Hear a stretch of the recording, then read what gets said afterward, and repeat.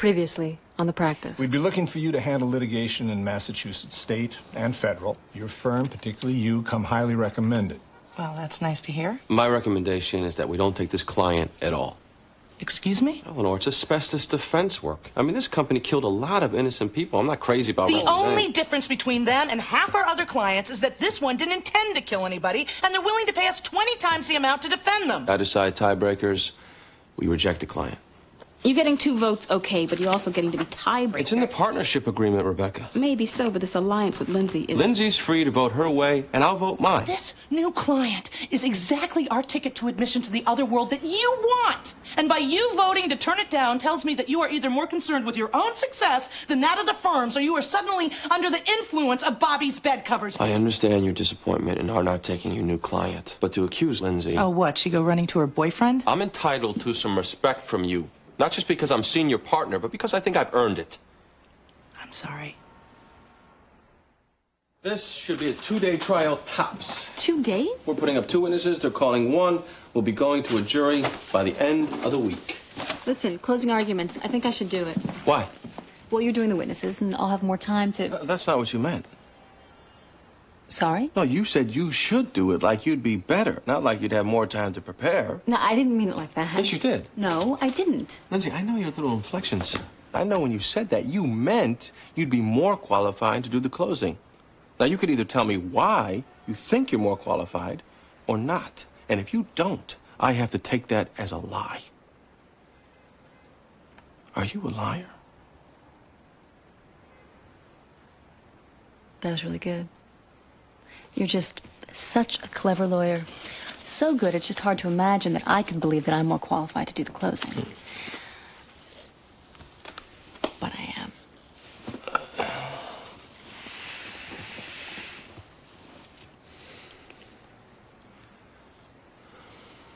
You know, maybe it's not smart to try cases together. Maybe not.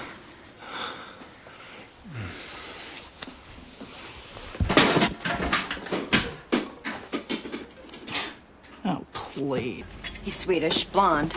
Doesn't speak a word of English, and he is gonna deep tissue my thigh till I... Don't rub it in, Helen. You can still come with. Facial following, the massage, seaweed wrap. I'm in trial. You know I'm in trial. Settle it. Sorry, there's a little more involved than somebody's dead pet. Supposedly this guy gives a standing massage, too. You move with it. Funny. I get that rub from Bobby. Funny. They tell me it's because of our popularity, because of the cuisine, because everybody in the city wants to eat there. That was the nature of the piece, and that's why I gave them full access to do the piece. And what happened? Instead of doing a positive feature, as they promised, they ambushed me with this big story on bugs. Bugs. Bugs in the kitchen, bugs on the floor. They condemn my restaurant as unsanitary. It's the lead story on the news. My restaurant is closed. My reputation is destroyed by those liars. Objection. Sustained. Mr. Jacobs, had they not represented to you that this would be a positive news story, would you have granted the interview and let the cameras in? Of course not. Their ticket to admission was a lie. Thank you. Do you deny that they discovered bugs? Any restaurant has bugs. You got food, you get bugs. It's not like we serve them. And if I'm a patron sitting in your restaurant and I ask if you have bugs, is that the answer you'd give? I haven't been asked that question in 20 years. And if you were in my restaurant, sir, you wouldn't ask it. You'd only be thinking of how good the food is. You could be more humble, for God's sakes. It would be false. Humility isn't something I do. Once in 20 years, you could try it. Oh, don't talk to me like that, Pamela. This is our life's work. She's right, Dad. Don't you talk to me either. This is my restaurant. I like you. Quiet. I'm going to help you. Listen to your wife, Mr. Jacobs. We need those jurors to feel sorry for you. No, I don't want pity for me. I want anger against that news station. They're not going to punish the news station if you behave like an ass. He doesn't mean to.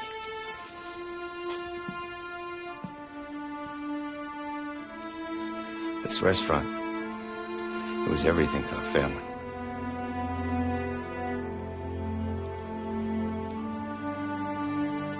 I know. I know.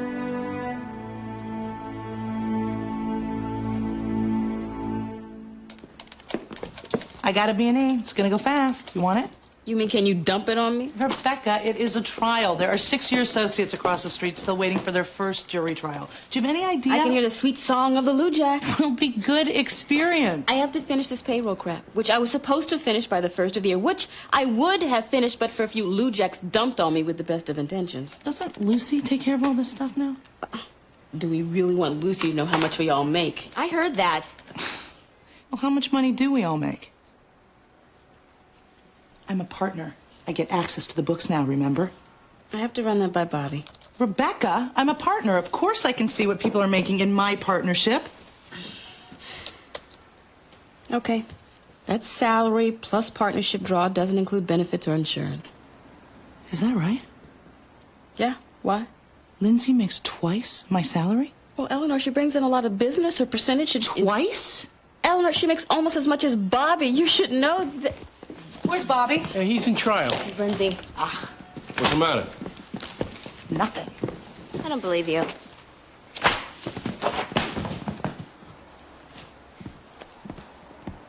It'll have to wait till tomorrow. I'm off to enter a plea, then I'm having a spa day. Yeah, lucky me, my first day off in a year. All right, bye. Hello? Miss Gamble? I'm Sylvie Tyler. It was my cat who was killed. Oh, I'm terribly sorry, please. I was curious. You don't plan to call me as a witness? Well, there's not going to be a trial. The defendant's pleading guilty. I see.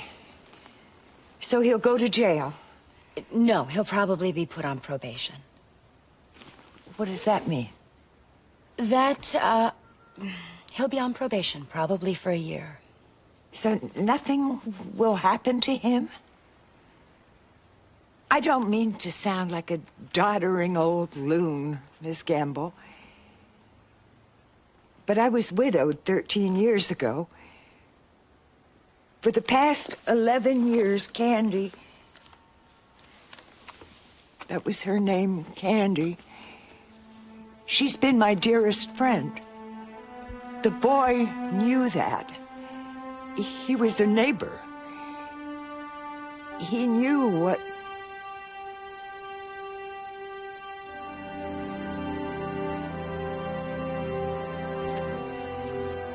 It's not so bad to murder somebody's cat.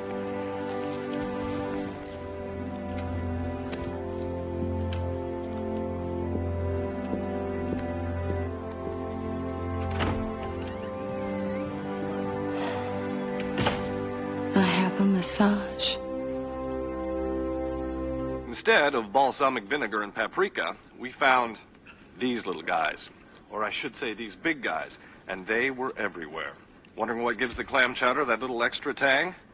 Well, it just might be his sister. After this aired, business went down? It died. Our gross went from 70,000 a week to 23. After 2 months, we had to close our doors. Had you made any other changes? The menu, the chef, anything else that could possibly account for your sudden plunge in popularity? There were no changes in personnel or substance. It was that broadcast. It destroyed us.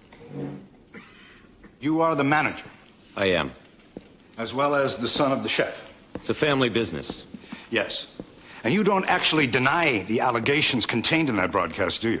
I certainly dispute the charge that our corn chowder gets its flavor from a cockroach. But the substance of that broadcast was that the place was bug-infested. And neither you nor your father take issue with that. And here you are suing a news company. Objection. Argumentative. Sustained. Was my client guilty of any factual inaccuracies to your knowledge? They were guilty of lying to us about the nature of... In the broadcast that we just saw on the monitor, were there any factual inaccuracies to your knowledge? The statements were exaggerated. Why didn't you sue for defamation? Objection. Your lawyers told you you had no case for libel or defamation. Objection. Sustained. You are not here today disputing the truth of my client's broadcast, are you, sir? No. Thank you.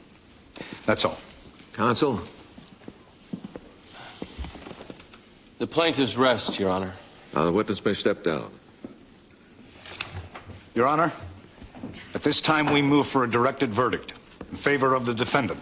I'll hear arguments after lunch. Adjourned. What's going on? What is this directed verdict? They're basically arguing that we haven't made a case and they shouldn't even be forced to put on a defense. We haven't made a case? We've got some First Amendment problems. Which Lindsay will address. I don't expect this to set us back, but we only have an hour, so we need to prepare, and we'll meet you right back here. Come on. I'll address it? Me? Well, you're the constitutional expert here. I'm also second chair. Just think of it as a closing, all right? Oh, funny, Bobby. Oh, never mind. I want time. Excuse me? I'll give you a year. 6 months suspended, 6 served. Ha ha ha. Best offer, Billy. Best offer? Last night we had a deal. You were going to spend the day in seaweed. I changed my mind. Helen, it was a cat. I met the owner. When I said probation, I had trouble looking her in the eye. I'm giving you a guilty. At trial, you could lose, and then you'll Billy, 6 months served or no deal. He starts college in the fall. I'm not about to agree to 6 months. Then we go to trial. It was a cat! 242,000? Am I overreacting? I mean, I know she brings in business, but to be making twice what we do? Well, the partnership agreement is pretty clear. The formula is... Yes, the formula favors who brings in the business. But when we vote on new business, and Lindsay getting 1 vote and Bobby getting 2, plus the tiebreaker, with only 3 other voting partners, the 2 of them control... Eleanor. They sleep together, Eugene. Who are we kidding? She makes twice what we make. You forget that we became partners because of her power play. It went to our benefit. You're forgetting that it was a power play. Look at these numbers. Numbers are numbers. They are not subject to interpretation.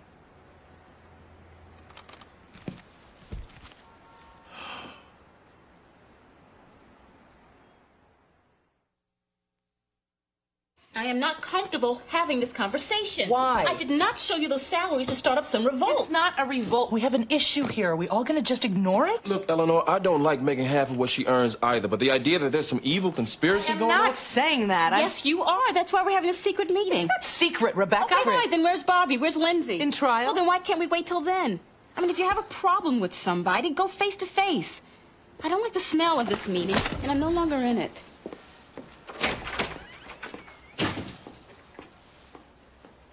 She's going to back Bobby no matter what. I'm backing him, too, at least until I speak to him. As for Lindsay, you're making her into something that she isn't. She's good. Am I making her into that?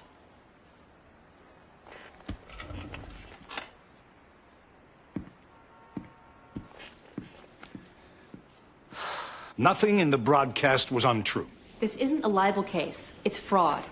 The truth of the broadcast isn't the issue. It's the truth of the promise that got them access to the rest. You cannot decide whether that promise was broken without first evaluating the content of the broadcast. This is a complete end around the First Amendment. This has nothing to do with the First Amendment. Have you read the Bill of Rights lately? Yes, and I've also read the Food Line case. And ABC made the same freedom of the press, flag-waving defense. It didn't work there, and it's not going to work here because the issue here is fraud. Did the defendant commit fraud against the plaintiff? Did the plaintiff sustain injuries as a result of the fraud? The answer to both questions is yes. Come on, counsel. Whichever way you phrase it, you are suing a news station over the content of a broadcast. The conduct for the basis of the suit is the misrepresentation. Yes, you continue to frame the issue very nicely, but the net result is the same. A news station is being sued for undercover reporting. They can do undercover work, but they just can't commit fraud against somebody when they they're... snuck in, uninvited, and filmed the cockroaches. Then you'd sue for trespass and claim harm from trespass. Nothing to do with the First Amendment, right? These are good questions from an appellate court judge. But you're a trial court judge. The only question you should be asking is, have we set forth facts to support our claim? And under existing law, under Food Line, we have. First of all, this is not Food Line. Here we have an assault on the freedom of the press, not to mention the integrity of journalism. Gee, I'd hate to attack the integrity of journalism. Your client should have saluted those cockroaches out of professional courtesy. Oh, you're very clever. All right. Look, I'm not going to pretend I like this case.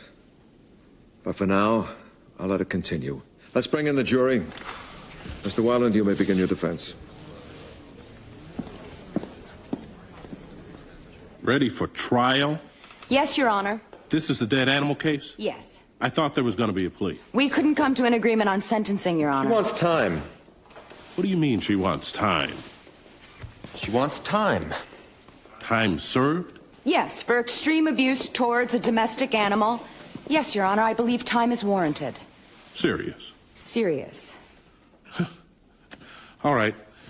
Let's impanel then. Your Honor, the defense is still willing to plead guilty, so we can go right to sentencing now. Excellent. Wait a second. I'd like a trial. What? I'd like to go forward with a trial.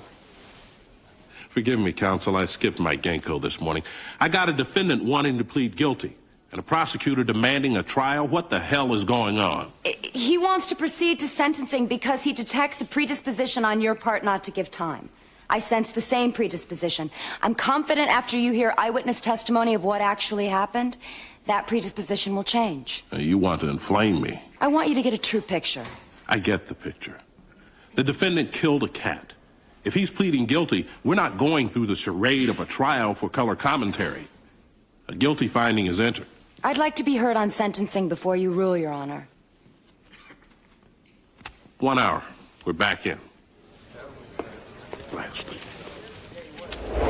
My intent was to do a positive piece. That is not something that I was just saying. But at some point, you obviously changed the focus. That point came when we discovered how unsanitary the kitchen was. This was a revered North End family restaurant. The chef was practically an icon, and that's the story we wanted to tell. But when I saw how filthy it was back there, it became a bigger story. And a more important one for people to hear, given the health issues. But to be clear, after you were given permission to come in and film, your intent was to do the positive story. Yes. You never would have lied to get access. No. When you decided to switch the focus to attack the restaurant on sanitary grounds, did you tell anybody at the restaurant? No. You just continued to film? Yes. Were you being honorable when you changed the focus and didn't tell my client you were now out to trash his restaurant? I'm a news reporter, Mr. Donnell. You're a news reporter. Does that mean you were being honorable, or is that the justification for being dishonorable? Objection. Overruled. At the time you changed your focus, why didn't you tell my client? He would have thrown us out. You didn't want him to know the truth. At that point, no. Do you know whether my client's restaurant received any code violations? To my knowledge, they have not. Did you mention that in your broadcast? Just because a restaurant hasn't been cited doesn't mean that... Question before you is, did you report in your broadcast that my client's restaurant has never been cited for any sanitary code violation? We did not report that. Mr. Sawyer, what did you think would happen to my client's restaurant after you aired this piece? I knew it would be detrimental. You knew it would be detrimental? Did you consider that it might destroy his business? Of course. I had to consider that. So you knew you were being deceptive, and you knew they'd get hurt by relying on your deception. That's pretty much it, right, Mr. Sawyer? Exposé reporting is a tough business, Mr. Donnell. Yeah. Tougher on some than others, I guess.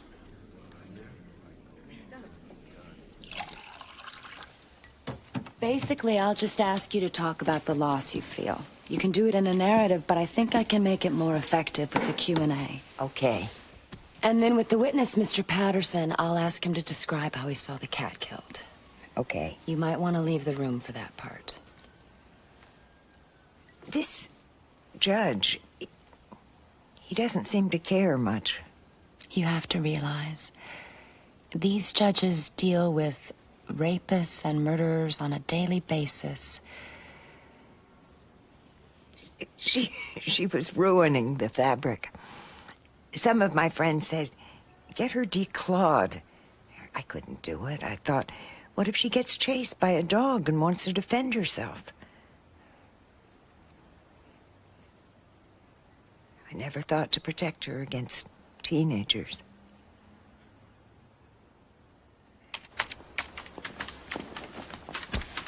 How you doing, Jimmy? Not bad. How's things with you? Good. Good. Listen, I think the time is right to bring you up for partner. Bobby said to wait a year. It's been a year, and with your big win over Tommy Silva, you know, timing's everything, they say. So, I just wanted you to know, I fully support it.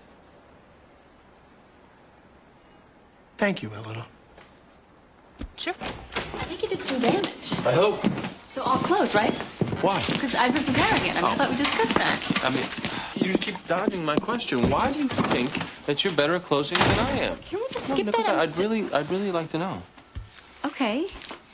Okay, your strength when it comes to closings is passion. You know, my strength is more like clinical persuasion. And standing up and banging the righteous sympathy drum isn't going to sell the jury. I mean, they saw all those bugs. No, I don't bang the sympathy drum, No, Lindsay. I mean, that's not my style. I meant that as a compliment. It's That's very a compliment? persuasive. Banging the sympathy drum? Why are you so Well, sensitive? because, you make me sound like I'm Johnny that. All I'm saying or trying to say is neutral legal reasoning works best here. You mean dry? Excuse me? Nothing. You think I'm dry? No, I don't. My closings are not dry.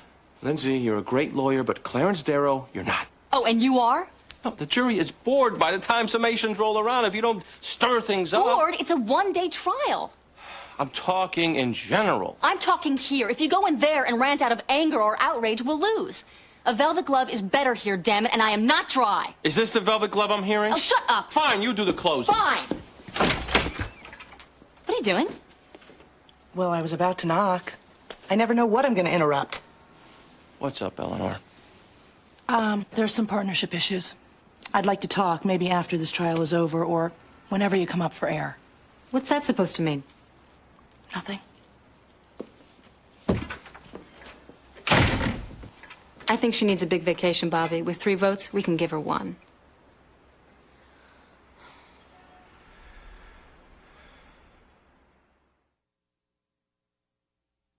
This is a sentencing hearing.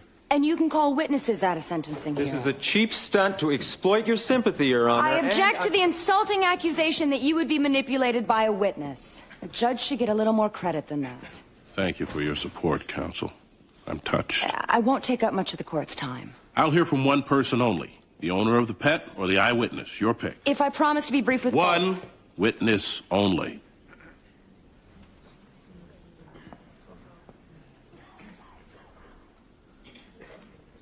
I call Chris Patterson.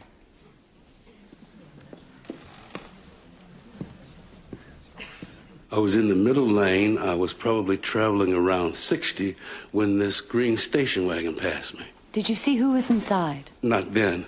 When the car pulled into my lane in front of me, it looked like 3 kids, high school age about. I never really saw their faces. Could you tell us what happened next? The driver reached out his side window, holding something. I thought it was a stuffed animal. It was orange colored. Then I saw its legs moving. I could tell it was alive. I thought, what's going on? Then after 5 or 10 seconds, he let it go. And it hit my windshield and it stuck there for a few seconds. Could you tell what it was then? Yes, it was a cat. What happened then, sir? Well, I swerved. My windshield was broken. I managed to get into the breakdown lane and stop. I got out of my car and it was still kind of plastered to my windshield. What was? The cat. What happened next, sir? Called the police, gave them a description of the car plus the first 3 numbers of the license, and then I removed the remains from my car. Hey, Jimmy. Eleanor? Do you give any thought to what I said before? Actually, I've done nothing but think about it. Mainly my thought is, to what do I owe this lightning bolt of goodwill? Sorry? A 6th partner would tip that little power scale, wouldn't it? The Bobby Lindsay block would no longer control, and you being my champion, I'd have these pulls of loyalty, wouldn't I? It isn't about that. Really? Timing really is everything, I guess. You know what, Jimmy? Forget it. And forgive me for looking out for you. I don't want to be partner here, Eleanor. Too much politics for me.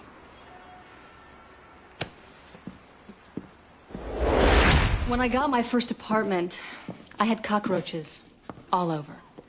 Gross. I hate cockroaches. Don't we all? I mean, who here would go into a restaurant if they were told the kitchen was infested with those gross bugs? It was a no-brainer. That broadcast would put my client's restaurant under. They knew it. They aired it anyway. Freedom of the press. They had a duty, they might argue, warn the public. But this case, it's not about free speech. It's about fraud. They made a promise. They breached that promise. As a result of that breach, a family business has been destroyed. You want to wrap an American flag around their conduct, stand up and salute the Constitution? You can do that. But freedom of speech is never a defense to fraud. Never. And let's ask ourselves that dirty little question we've all secretly been asking. Do we really, really believe they went in there to do a puff piece? We don't have any evidence to the contrary. The truth lies in their minds only. But when you look at the landscape of news today, you see a lot of fluff features on restaurants. Today it's about scandals and hidden cameras and catching people. Every kitchen has bugs. It's not a big deal, really. But add some good copy, some dramatic reporting, vivid footage, throw in a health scare, tease it during prime time. Could you be eating a cockroach tonight? That's a great hook. Easy to manufacture a story like that if you've got the footage, and if you don't, well, lie to get it. Lie proudly, declare journalistic integrity. Look what's happening today. Forget the tabloids. We have reporters at major newspapers, including the Boston Globe, right here, getting caught making up stories, writing stories about people who don't really exist, plagiarizing. CNN, Time Magazine reporting about tailwind and germ warfare. Don't let the facts spoil a good story. You can just print the retraction on weekends or put it in a footnote. Anything to get the story and to get it first. Who cares who gets hurt? These people got hurt. They were defrauded. It cost them everything they had worked their whole lives for. Hail, hail, freedom of the press. I think it's time to send a little message to all the cockroaches.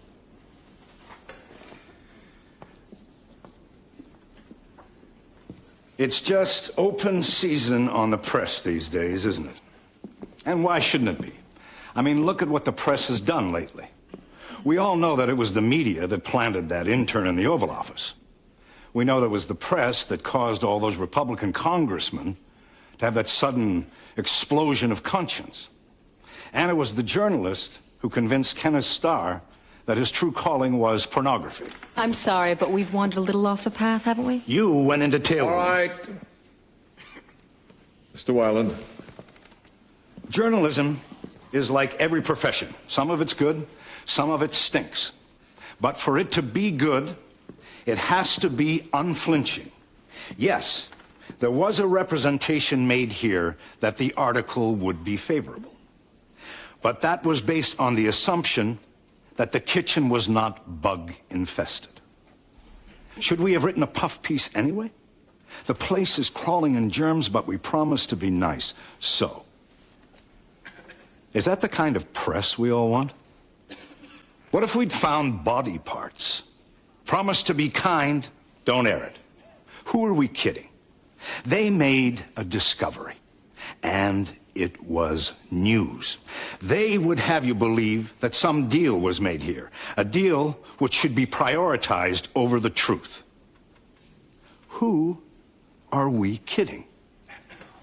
When news is uncovered, reporters report it. That is the essence of a free press. We don't clear it through publicists.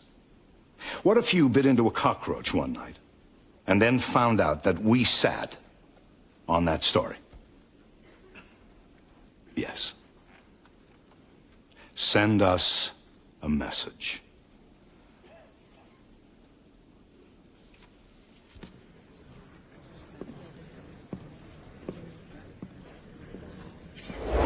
I was showing off for some friends, like I was cool, and I did a terrible thing. And I know that it was cruel. I know that it was stupid. I'm so sorry. I'm sorry. What were you thinking? Just that my friends were all laughing and daring me, and I guess I just felt that like they were all looking at me like, wow, yeah, you're crazy, You know that woman over there, Miss Tyler? Yes. She your neighbor? Yes. You knew that was her cat, her pet? Yes. Counsel, statements? I'd like to address the court briefly, yes. Tomorrow morning, 10 o'clock.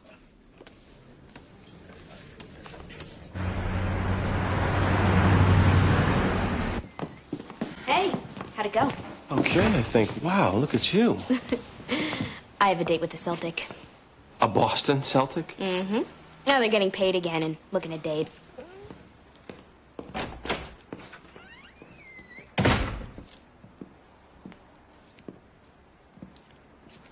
Closing was good. Thank you. So, we're still fighting? Bobby, I wasn't putting you down. I was talking about styles. I know. And you called me dry. You said I give dry closings. Didn't say that. Yes, you did. Don't deny. Lindsay, as arguments go, this is a silly one. Maybe my feelings got hurt a little, then I hurt yours, whatever. But this really isn't worth a grudge. Okay. Let's go home, get some sleep. That summation made me drowsy. Funny. Hey! How's things? Jury's deliberating, can't really tell. When are you going to deal with Eleanor? I'll get to her. Bobby, she is still reeling from losing the asbestos client. She learned how much Lindsay makes. Okay, that was my fault. She's now urging Jimmy to make a play for partners so you two won't be able to control the votes. We have a little cancer growing here. I think you need to get to her now. Let's schedule a meeting. I want everybody. Okay? I'm so sick of this. Okay, I guess we should just open it up. I'm not a partner. I don't think I should be here. This is more like a team meeting, Jimmy. I want you here. Eleanor, let's begin with you. Bobby, sorry, Stephen Weiland's here. Excuse me a sec, Lindsay.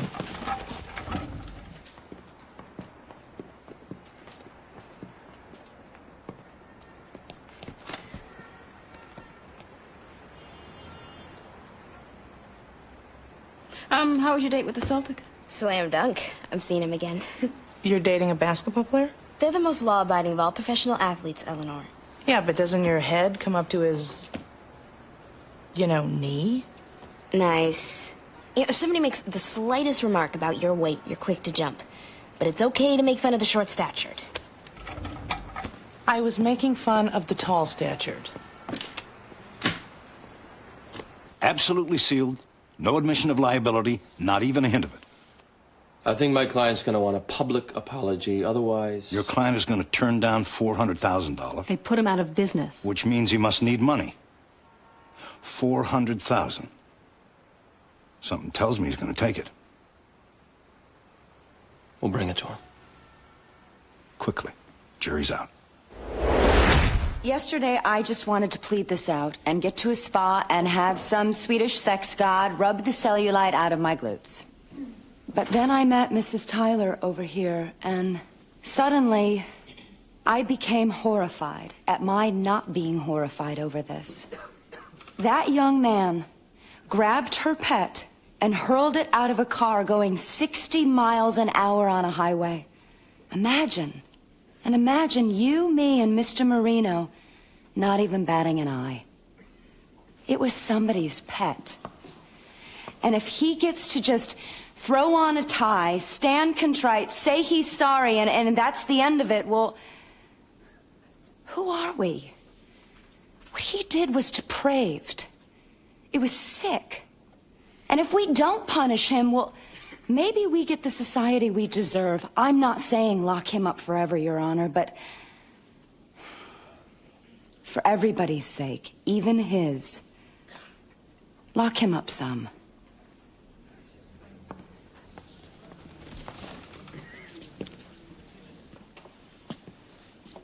I'm not going to stand here and defend what Brent Jones did. It was sick.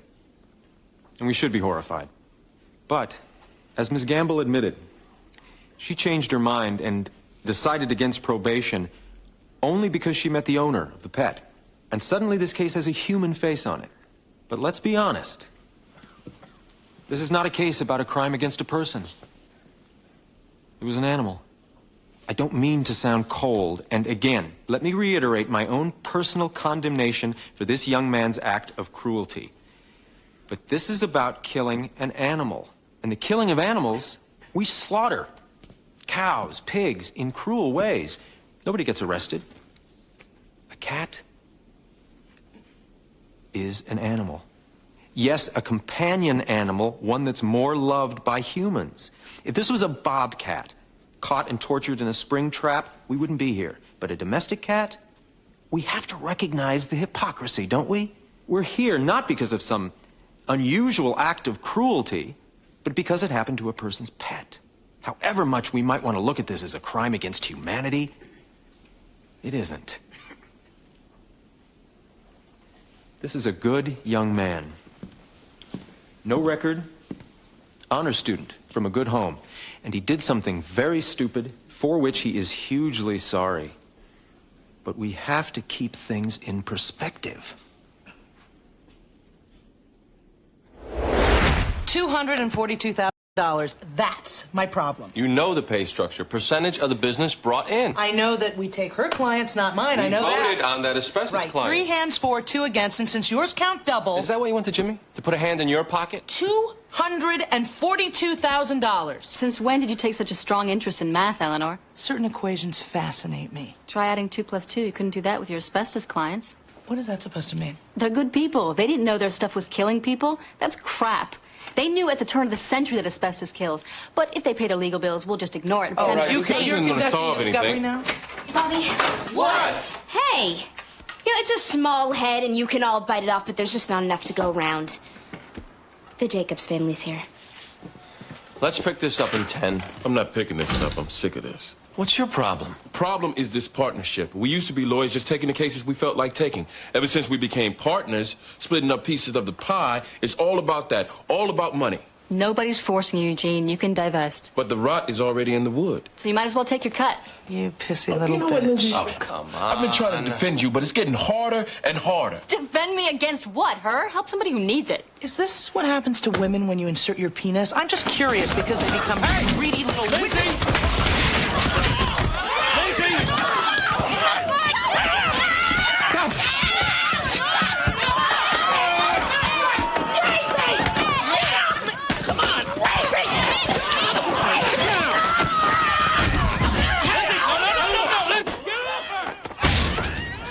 It's fine. You know, they're just strategizing.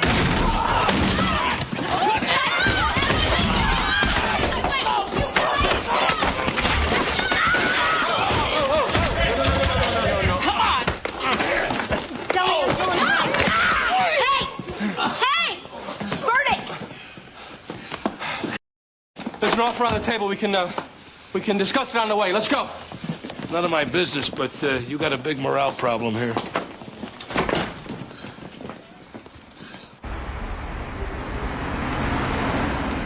Mr. Marino's point is well taken. We drop live lobsters in hot boiling water. We chop off chickens' heads and then happily enjoy the meal. To actually put a person in jail for killing an animal. But I agree with Miss Gamble. This was an act against decency. And to trivialize it would be a crime against humanity. There has to be a consequence. For the sake of society, for the sake of Miss Tyler, and for the sake of an innocent cat. I sentence you to 1 year in county, 9 months suspended, the remaining 3 to be served. Starting now. Bailiff, take the defendant into custody. Adjourned.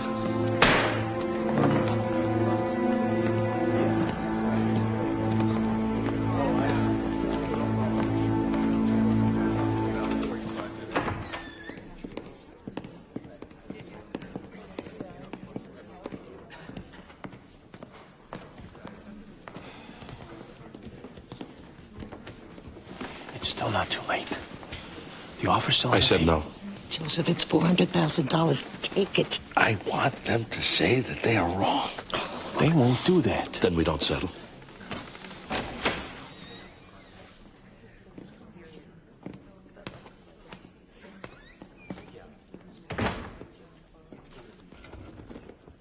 Members of the jury, you've reached a verdict?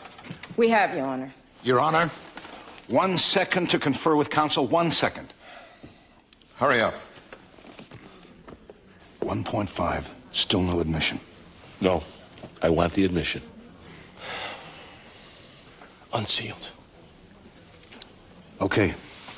If it's unsealed, the public sees the amount. That's the same as an admission. 1.5, Joe. Take it. They're afraid it'll be more. Maybe, but that kind of money.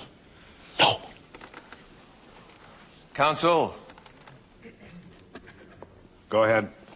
Thank you. What say you? Jacobs versus WYPR Broadcasting Company. On the grounds of fraud, we find in favor of the plaintiff and order the defendant to pay damages in the amount of $200,000.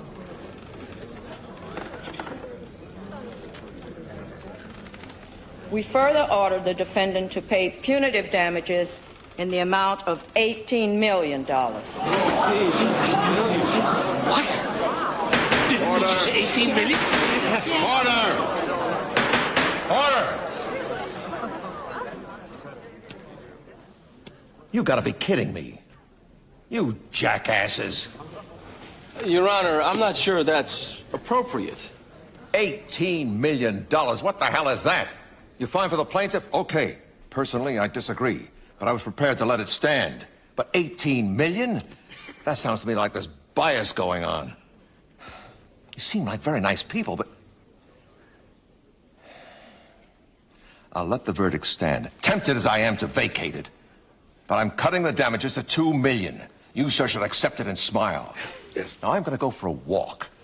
Any luck, I'll be nicked by a bus, sprain a knee, file a claim, get rich, and retire to the Bahamas. Adjourn!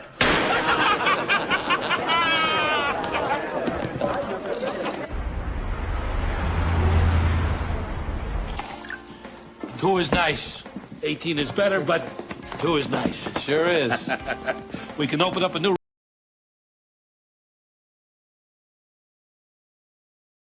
Previously on The Practice. I may have to set the nun killer free. What? Warrantless search. Stupid police mistake. Oh, God. Maybe I should just look the other way. The police were required to have a warrant to search that closet. They didn't get that warrant. As a result, everything in that closet is inadmissible. If a convicted felon locks up a woman, reason says those police officers should go in and investigate. The search of the closet was illegal. The contents are inadmissible. He is free to go. Tell me, Jimmy, do you typically toast victory with all your clients? Or did all that sex talk make you curious? Attorney James Berluti has been making a little chamber music with Judge Roberta Kittleson. What? That's ridiculous. Jimmy, in my office.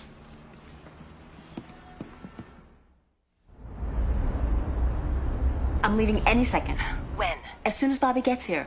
Would it be so terrible if you had your blind date without us? Yes. All right. He should have been here a half hour ago. Well, I think he's here now. Bobby? Hurry up. Goodbye. Bobby, you're late. Helen's mad at me now because...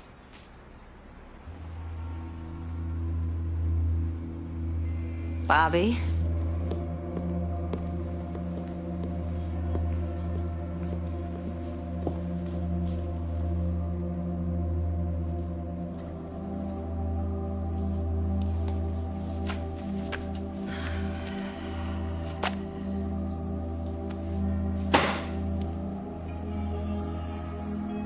Bobby?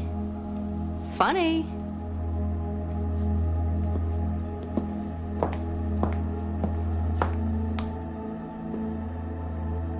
It's not funny.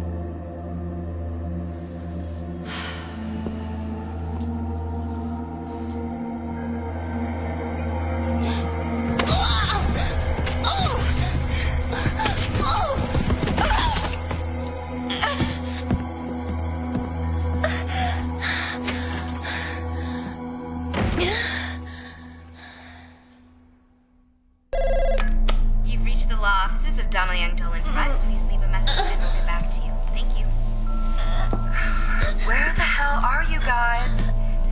in the living room, eat all the guacamole. He's as funny as a heart attack. I'm dying here. I'm dying. Lindsay, you here? Oh my God. Oh my God. Lindsay. Lindsay.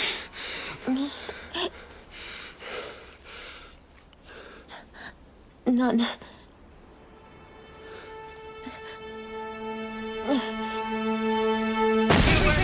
Pulse 130 weak. Neck veins are distended. Get her into two. Hold on. me. Hold on. Get me a pulse. Paddles ready. Call the OR. Give me a chest tray. Her abdomen is rigid. 1, 2, 3. Move it. She's in V-fib. Charge the pedals 200 joules. Clear. Got a pulse, normal sinus rhythm. Muffled heart sounds. We may have a tamponade. Give me a syringe. Here.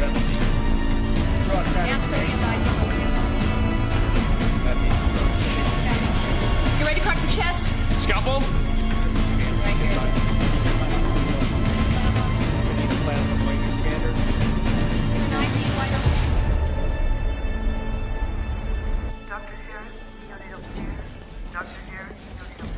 Where? Still in surgery. Is she? I don't know anything. What happened? She said none. None? She just looked at me and she said none.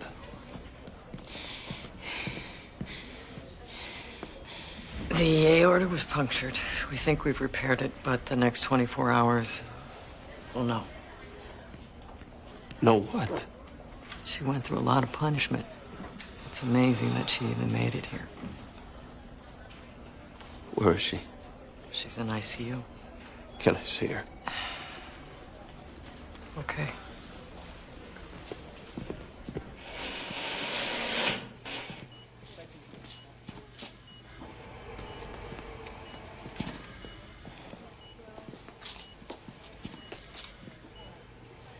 Can she hear me?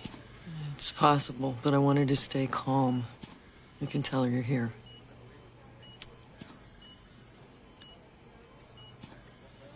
Lindsay, it's me, Bobby. Helen's with me too. You just hold on. You're gonna be fine. You just hold on. We'll be right here when you wake up. We'll be right here.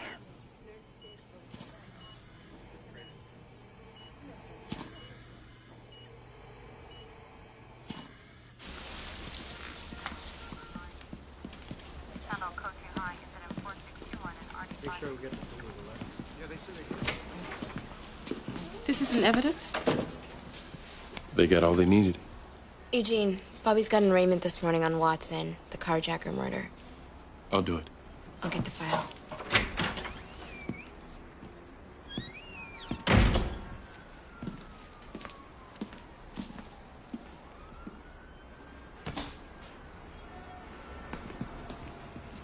Excuse me.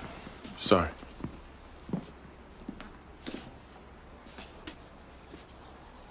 No change, Bobby? No. You got the Watson file? Bobby, I thought I'd take it. I can do it. Yeah, but do you think under the circumstances maybe I'm fine. I can do it.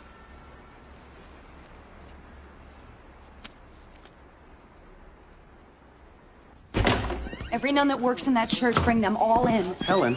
She said none. Look, we don't know. Lindsay freed the nun killer. Now she gets stabbed by a nun. I'm gonna play a hunch and say it was somebody that works in that church. Get every one of them in here for questioning. Look, we could question them there. I want them here. I want it in our control. I want them sequestered from each other. If we bring them here, it's custodial. Do you want to be reading Miranda to 50 nuns? Yes, go get them. 32623, Commonwealth versus Joseph Watson, second-degree murder. Bobby Donald for the defendant, Your Honor, waive reading. Curtis Simmons for the Commonwealth, we'd be opposing bail. My client isn't a flight risk. Safety risk. This is the first time he's ever shot anybody. Allegedly. I'm denying bail. Defense asks for a probable cause hearing. This afternoon? Fine. I'll see Mr. Donnell in chambers.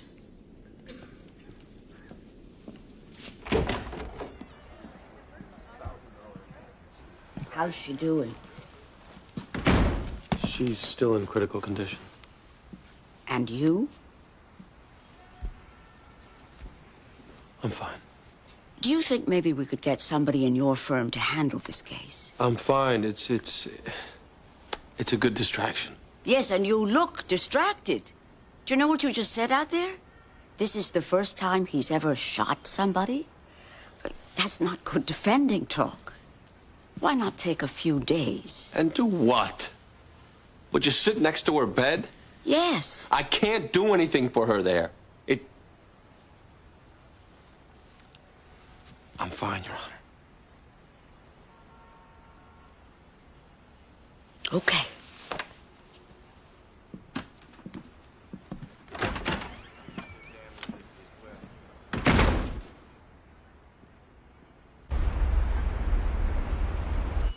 Hey.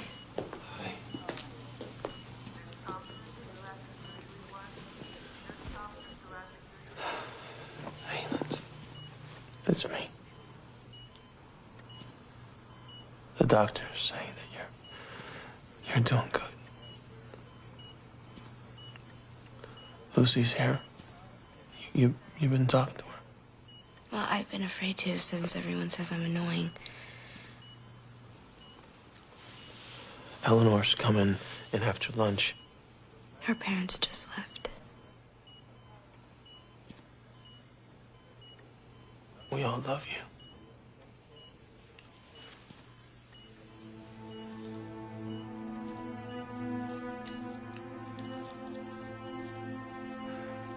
I love you.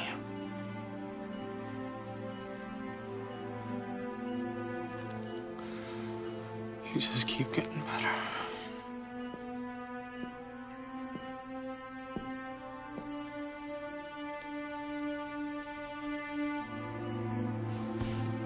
She's not dying. Get out. Get out. She's not dying. Bobby, it's me, Patrick. I'm sorry. I thought. I know, all right. I understand. Are you okay? Yeah.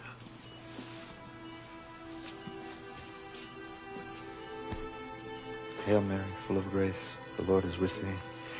Blessed art thou amongst women. Blessed is the fruit of thy womb, Jesus. Holy Mary, Mother of God, pray for us sinners now and at the hour of our death. Amen. Amen.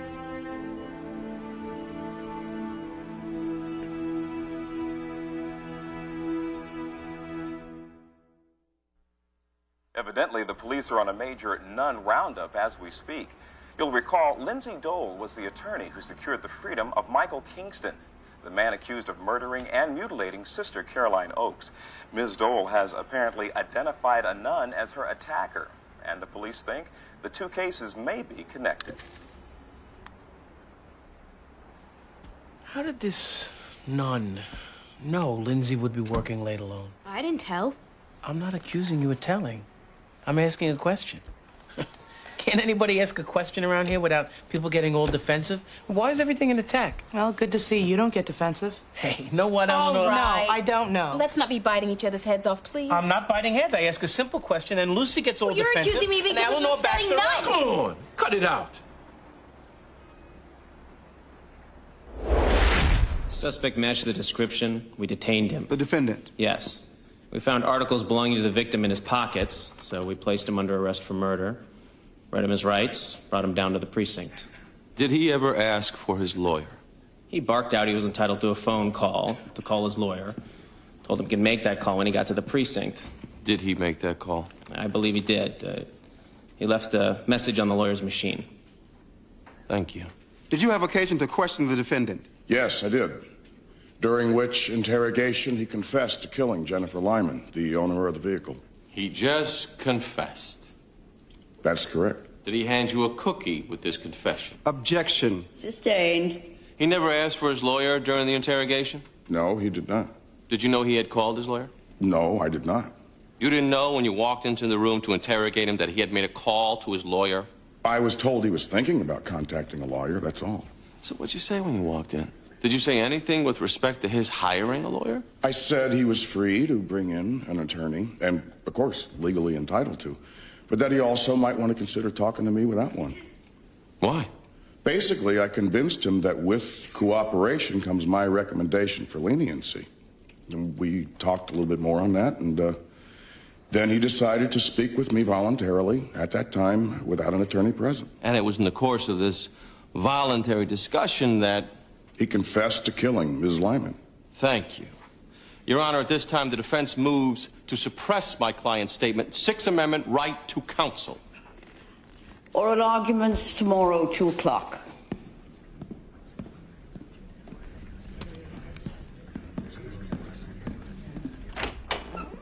The whole weekend? What about coming back a little early?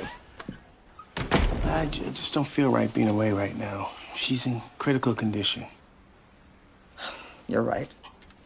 I understand. Anything I can do, Jimmy? Just pray, I guess, with the rest of us. It's okay. The doctors say we should know something soon, but I don't know. You get nicked in the heart, you can't...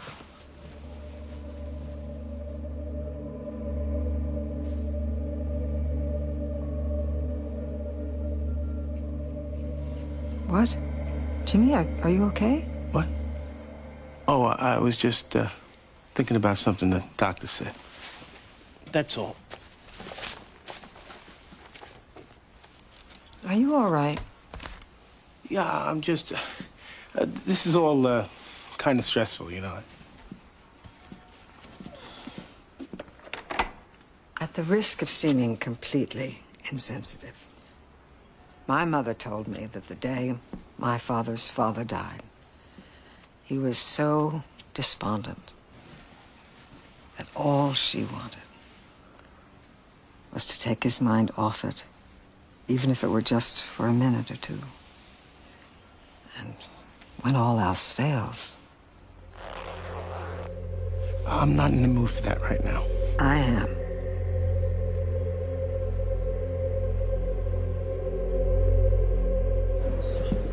Okay, thank you.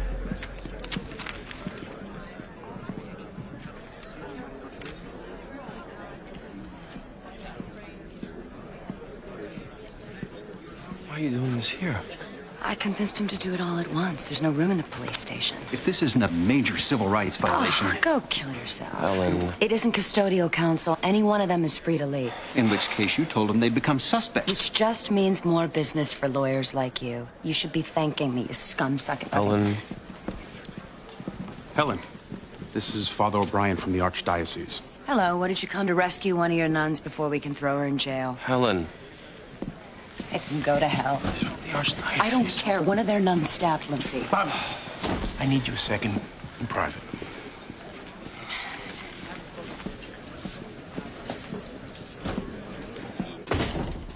Remember the...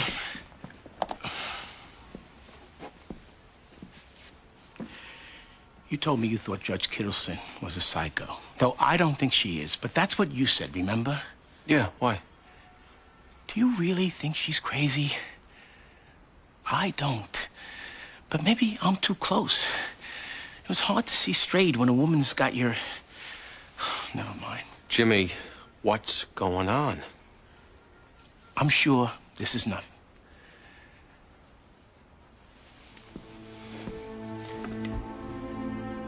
But I found a picture in her office. It was of you and Lindsay. Lindsay's face was all scratched out. A picture of me and Lindsay? Taken on the street somewhere, like you were being stalked. I'm sure it's nothing, but...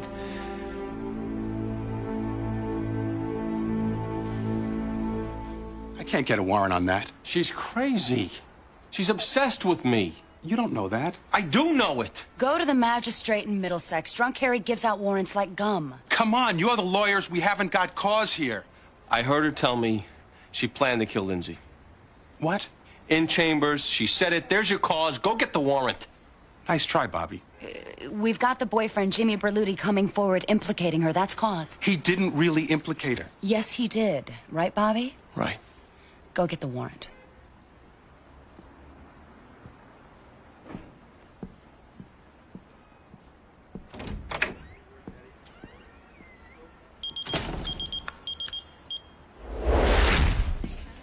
Bobby, what happened? She's okay. Let's go. Hold on. I said let's go. Listen to me. She looks worse than she is. Something went wrong with her breathing, but if...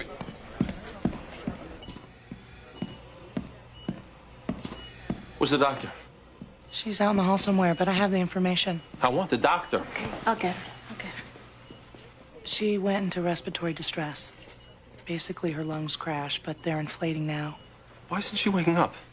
The doctor said that it was just going to take some time. It's been 24 hours. Why isn't she waking up? Bobby, why don't you just sit with her? No, I'm in court. I'm in court, and I'm in court. Eleanor, would you excuse us for a second? I'd like to talk to him. Yeah. Fill me in on the master plan behind this one. Eleanor?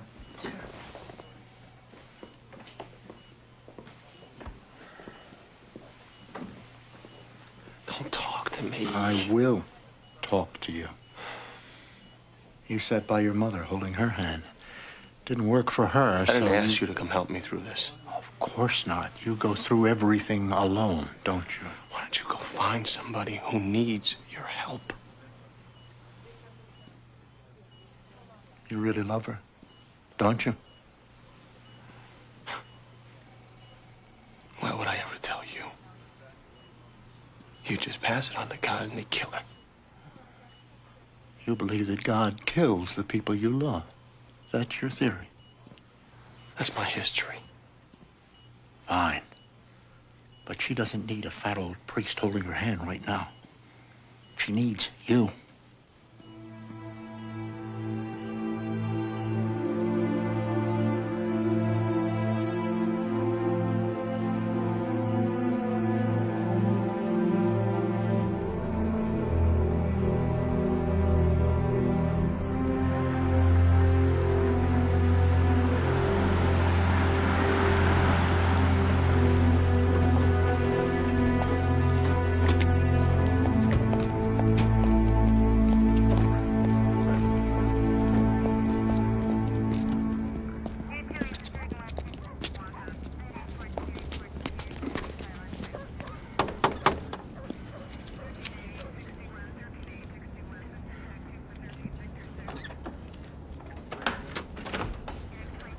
Your Honor, we have a warrant to search your house. If you'll excuse us, please. Check every closet, under every bed. What in God's name is this? Step aside, Your Honor. What are you looking for? Evidence in connection with the attempted murder of Lindsay Dole. What?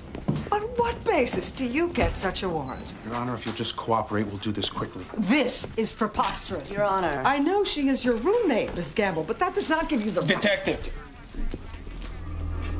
Oh, please. Read her rights. Your Honor, if you'll place your hands behind your back. You are making a big mistake. You have the right to remain silent. Anything you say can and will be used against you in the court of law. You have the right to talk to a lawyer and have him present before and during all questioning.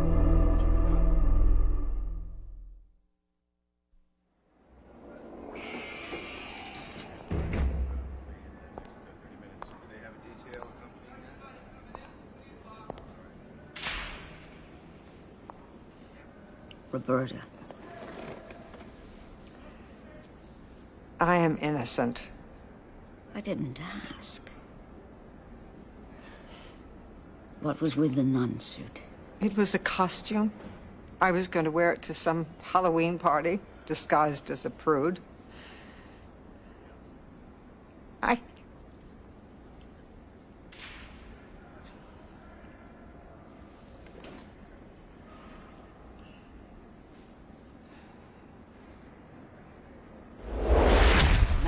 Nothing too relevant. A manuscript for a novel she started had some pretty kinky murders in it. Stabbings? Yeah, but Helen, there was no physical evidence. What about the little nun outfit? Says it was for a costume party. She ever wear it to any party? Not that we could confirm. I think this woman's really crazy, Mike. I wouldn't go to an arraignment with what we have so far. Keep looking. I'll push the arraignment to tomorrow.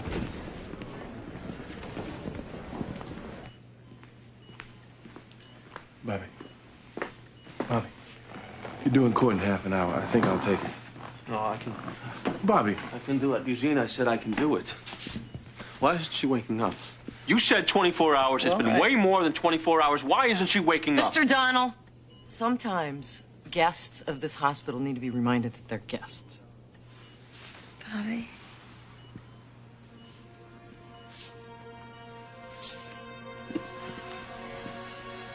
Let's see. I hurt. Yeah,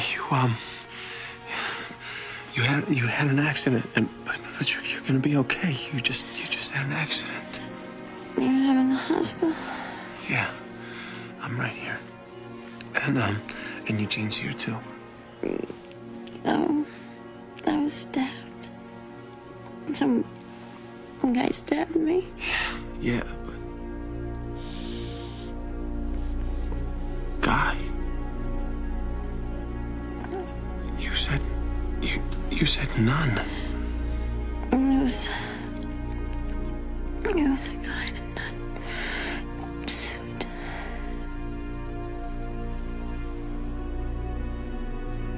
Did you see his face? No. But I saw his hands. And he was so strong. He couldn't have been a woman. Sweetheart, are you sure? Yeah. Yeah. Don't try to move, just rest, okay? That's right. You just rest.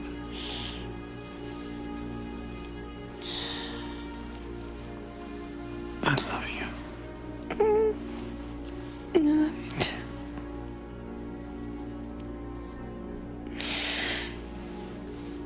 Kingston. What? The nun killer. He said I was virginal, and that after the case, he said, "See you soon." I think it was him.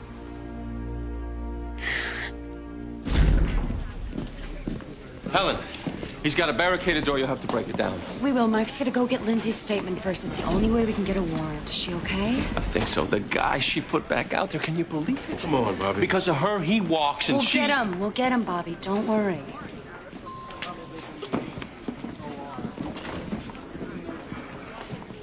Okay, ma'am. Free to go.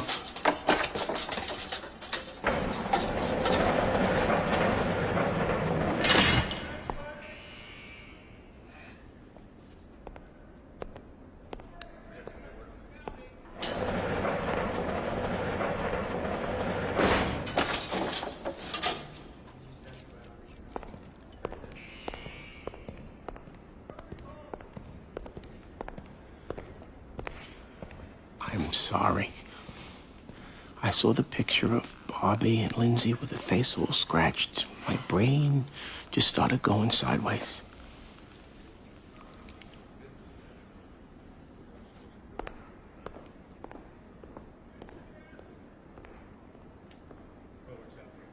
He asked for his lawyer. No, he said he wanted to call his lawyer. There's a difference. What difference? We have no evidence that he wanted to engage the legal services. No, he was calling him to ask the price of fresh fruit. Come on, Mr. Simmons. Even if the court wants to conclude he asked for an attorney. The court does. He did not have an attorney. He was not represented by counsel. He'd only left a message on a machine. As soon as he asks for his lawyer... This man was not interrogated. Not interrogated? Detective Smiley said it would be better to cooperate. He never denied him the right to a lawyer. He didn't push forward with questions. All he said is it might be better for him to talk without a lawyer. And at that point, Mr. Watson agreed. It doesn't matter that he agreed. Why not? Are you suggesting he's not free to change his own mind? That's exactly what I'm suggesting. Once he asks for his lawyer... Counsel, your client is a career criminal. One could argue he knows how these things go. You're saying he lacks the right To change his mind and waive counsel? Yes. Once a suspect asks for his lawyer... You sound like a broken record. The law is a broken record. Don't you get that, you idiot? Hey! Bobby! The law says once he says, I need a lawyer, or I want one, or I think I want one, it's game over as far as the police goes. They don't even get to say, hi, how's it going? Why? Because we don't trust the police not to interrogate, and we don't trust these suspects to know what the hell is going on. They're stupid. We don't give them the right to waive counsel because they're so stupid they would. They're scum with third-grade educations. They kill people and laugh, and the courts are here to protect them at all costs. Counsel? We don't care about the victims. They're dead already. We come in here worrying about the Constitution and the rights of these brain-dead pieces of crap because they're what the system is all about. All right, Bobby. Now, you may not like that, but that's how it works. We need to protect these asses, and his Sixth Amendment rights were violated here. So as a matter of law, we need to put him back out there so he can go shoot somebody else. Which is what you're gonna do, right? Tell the judge you need to go out and kill somebody because you're running behind schedule. Bobby! No! We need to protect the Bill of Rights. We need to protect the Bill of Rights!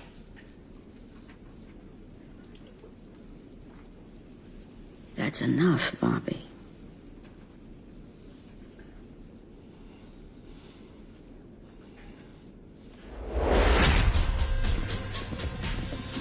This is as far as you go. Mike. This guy's a gun fetish, remember?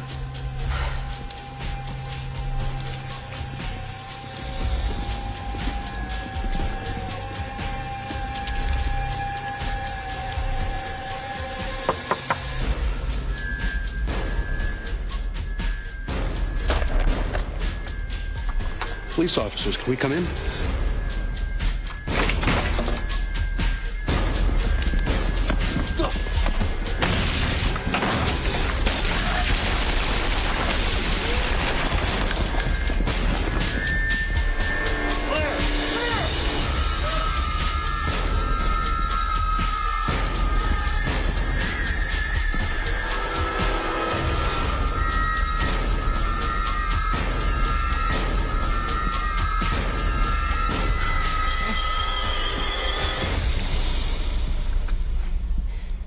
Do you know why you're dying? You stabbed the wrong girl. Can you hear me, Mike? You know why you're dying? Helen.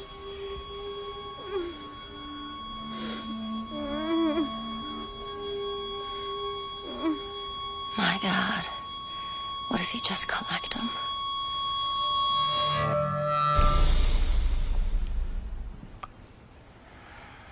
So he had another one? If you waited another day to regain consciousness and ID him, she could be dead too. Hey, babe. Hey. You look great. Hey, a tape came with these. Where's it from? It doesn't say. I'll stick it in. It's probably from my parents. So it was Kingston. Seems so. Only thing is this last girl he kidnapped, it was the same day of your assault, and she doesn't think he ever left the apartment. So maybe it wasn't him? Well, she can't be sure he didn't leave, and we think he must have. Hello. Heard you were feeling some chest pains, Lindsay. I simply had to extend my good wishes. Whenever I hear of somebody getting stabbed, my head just goes to that poor Susan Robin girl. So young to be losing her head. Anyway, hope you're feeling better. Kisses to Bobby. And to Eleanor. Why doesn't she ever work late?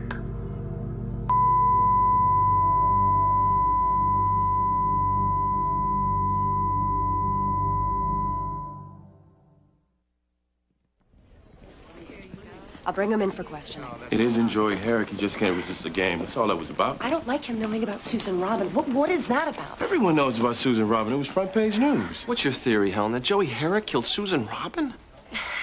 He's always had some sort of special hatred towards Eleanor. Eleanor dated George Fogelman. Maybe it's about framing George. That's a bit of a chess game, isn't it? Who's the sickest chess player we know?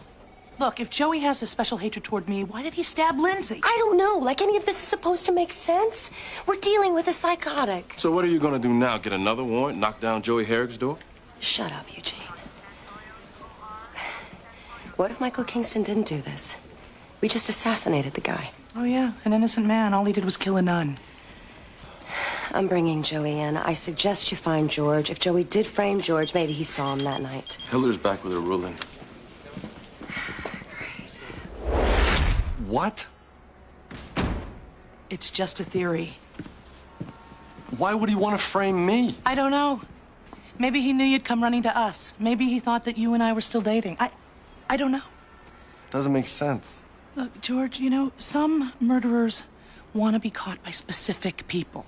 And Joey Herrick, he is this narcissistic, sick... Look, I don't really think he's the one who stabbed Lindsay, and I don't think he's the one who killed Susan Robin, but stranger things have happened. And God knows he loves seeing us spin, which we're certainly doing now. Here's his picture. Did you see anybody that night who looks like him? Well, his face looks familiar, but it's probably from seeing him in the news when you guys were defending him. George, you have got to think back to the night that Susan Robin was murdered. You didn't see anyone like him? I don't think I did, Eleanor.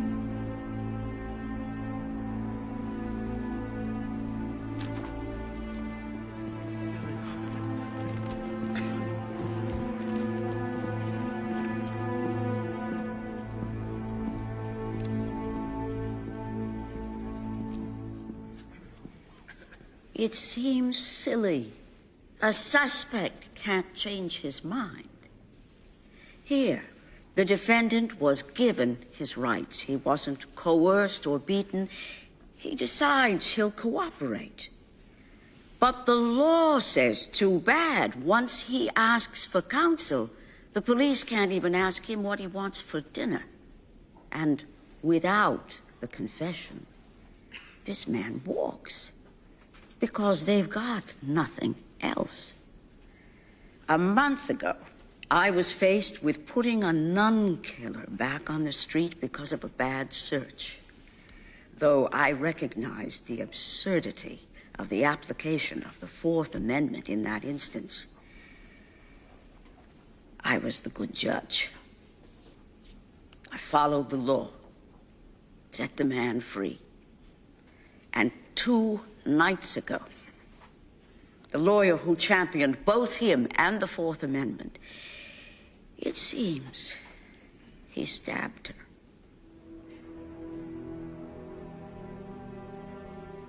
The way we keep putting them back out there. It takes a brave judge to look beyond the horror at hand and nevertheless cling to the principles of our Constitution, principles we proudly live by in this room.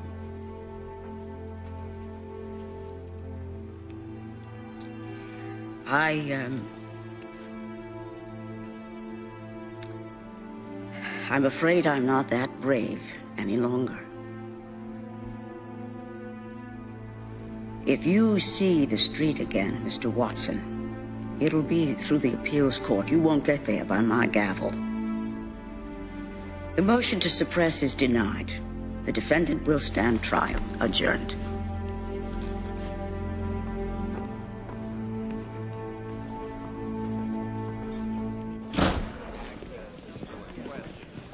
We just found the weapon. What? In a dumpster behind Michael Kingston's apartment. And Joey Herrick? Says he was on a date. We're trying to verify. I think Eugene's right. He's just having some fun with you. I gotta find Helen. Kingston? Unless Joey planted the knife. I never rule him out, Eugene. It wasn't Joey Herrick.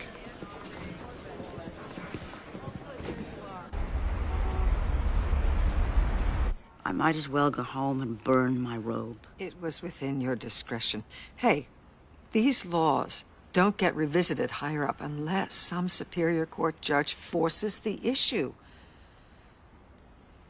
How are you doing? I'm fine. You were booked on a homicide, Roberta. Don't tell me you're fine. I'll be in my chambers. You don't ever want to be appearing before me, counsel.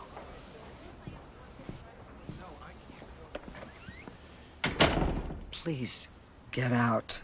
I never really thought you did this, Your Honor. I simply had to recognize that... That you couldn't be certain I didn't? Well, sometimes people react bigger to things when emotions are running high. This was a friend of mine who got stabbed. A dear friend. And you might be somebody that I've fallen in love with. A little. So just the idea that you might not be the person I thought you were, it made me have this big overreaction. I don't know how to say how sorry I really am. Trust me, whether you are able to convey your sorrow here is completely irrelevant. Please, leave. I don't want it to be over between us. It is. Whatever you believe, Jimmy, believe that.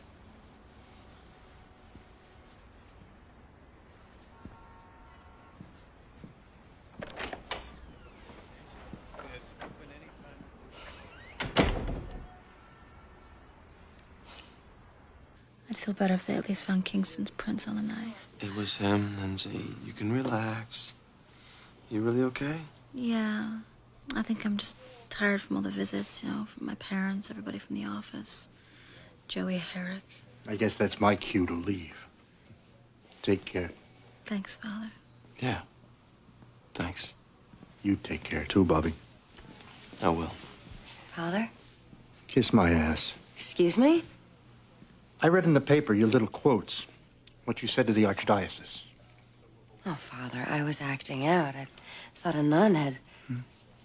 She's my best friend, my roommate. Look, I'm Catholic. With Catholics like you, who needs Protestants? Oh, now that's a soundbite for tolerance. Helen. Maybe you could kiss my... Helen! Come on. How you doing? I'm fine.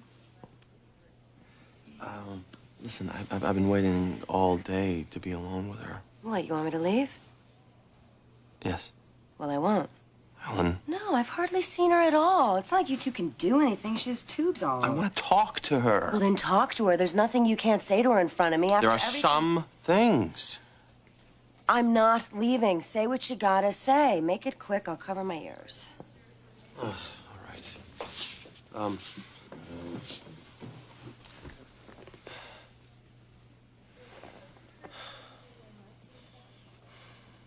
Marry me. What? Do you mind? Sorry. Marry you? These past 2 days, I realized that I can't live without you. And I don't want to. Bobby, marriage to me is probably not something you should decide in the heat of crisis. Lindsay, if there's anything that this crisis has taught me is that I want to grow old with you. And I want you to grow old with me. I love you. And I want to be your husband. And I want you to be my wife. I don't know what to say. Just say yes. Quiet. Sorry.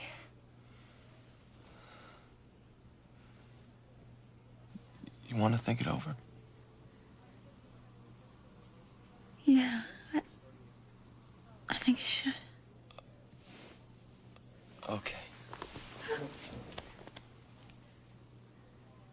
I thought it over. Yes. Really? Really? Really? Oh, my God! Bobby, that's not how it works. Please, can you leave now? Not a chance. Just ignore her, Bobby. Oh, I almost forgot. I got this for you. Oh, Bobby. It's so big. Quiet. Sorry.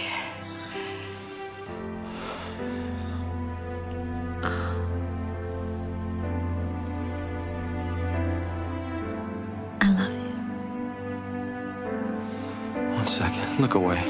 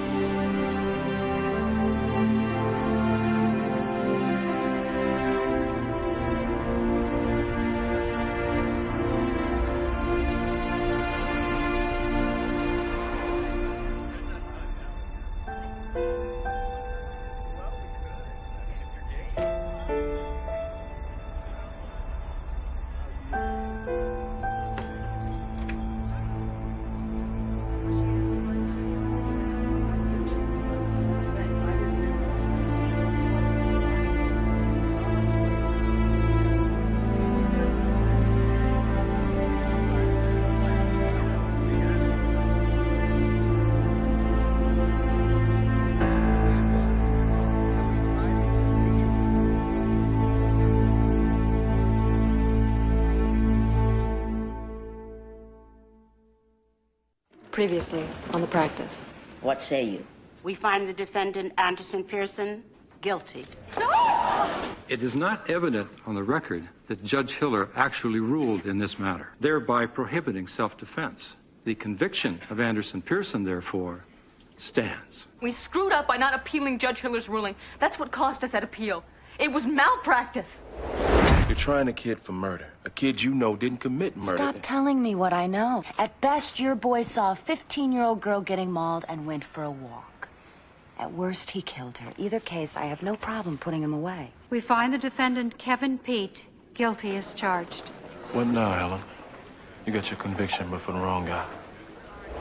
Boyfriend bludgeoned a babysitter. We already did one lineup, but we want to run it again. Why? Because this is the witness. He's 4 years old. Every defendant has a right to confront his own accuser. Without that 4-year-old, a killer walks. I'm not going to allow it. I'm afraid you have no choice. I'm his mother, and I'm going to protect him if no one else will. This case is dismissed. The defendant is free to go. Oh. As I told your dad, I'm convinced they got the wrong guy. And if they do, that means that this thing was either a mission to frame George Vogelman or somebody was after your sister. She did spend a lot of time on the internet, talking up people she didn't know. Would you say that in court? I guess. Boyfriend lives alone, brother, big house. Why weren't they considered? They were checked out. They're both choir boys. Yeah, but still no official alibi if everyone's asleep. Why not plan B them? It might be worth a try. Give them a soft plan B. Plan B, soft, for both. Did you murder your sister and frame George Vogelman? Objection! Did you follow her to the bar, then go to the motel? That's sick! You asked us to trust you.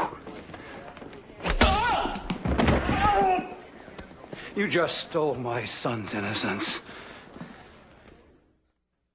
He's got to apologize. If he says he's sorry... He said he's sorry. What do you want? Clinton?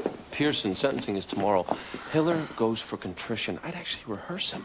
A good show of remorse can be the difference between 18 and life. Actually, I'm thinking. Thinking what?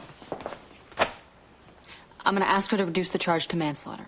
What? That's what it really was. Whoa, whoa, whoa. They convicted him of murder because manslaughter wasn't available, not because of all the judges that won't fly with. Judge Hiller's the last person on earth. She's all I've got. Lindsay. I've done the research. We need to talk about this. Wow. Looks like clients are paying their bills. Tommy. How you doing, Bobby? Jimmy. Hey, Ellie. Hey, Tommy. What's up? Well, this is a little delicate. That's why I'm here in person. Actually, I had kind of a long night of the soul before I represent Steve Robin and his dad. We're suing you. What? I know. I'm not too thrilled. But, and I had to name you guys personally, too. In case you try to dissolve the partnership or something. Steve Robin? Yeah, brother of the victim in your Vogelman trial. Eugene accused him of being the killer. That's defamation, intentional infliction. You can't sue for that. We have qualified immunity. Well, you're probably right, but my research says we might make a go of it. You got a lot of nerve. Well, thing is, you say something like that to a grieving brother, accuse him of killing his own sister when you know he didn't. That's bad. Personally, I don't think it's an excuse that you said it in court. Oh, and look, I have to go for liens on all your property. Got to protect the judgment. You know how it goes. The hearing on that is tomorrow. It's ex-party, but I tell you anyway because we're all in the same fraternity. So, be seeing you.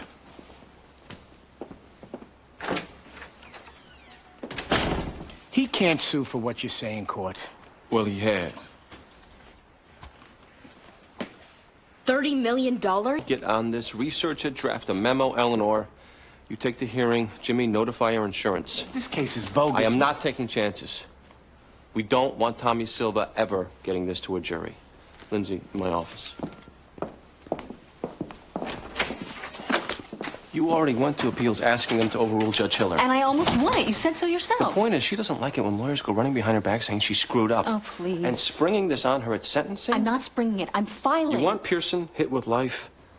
Because that's what's going to happen. Not if I persuade... I know, Zoe Hiller. Your best shot at a reduced sentence is Pearson taking responsibility for the crime. If you go in there still battling a conviction... I think you're wrong. Lindsay. Your strategy is the reason he's in jail, Bobby. Don't tell me. I'm sorry. I didn't mean that. Yes, you did. You keep saying it. You must mean it. It is not unheard of for a judge to convert a sentence. Cowboy judges, maybe. But she isn't that. She is by the book. She will rebel against this, and your professor will end up doing more time than he otherwise would. Trust me.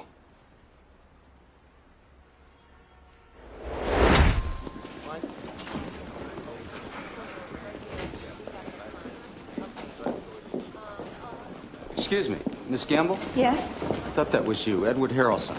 Hello. What, have you been able to come up with any more evidence to make the arrest? I'm sorry. You are? Edward Harrelson. My daughter was killed by the parish boy. The witness is 4 years old. Oh. Well, do you have any new evidence? Not that I'm aware of, no. Well, have you checked? Well, I will check and get back to you. You will check. Today, I promise. I don't mean to be a pest. He killed my daughter.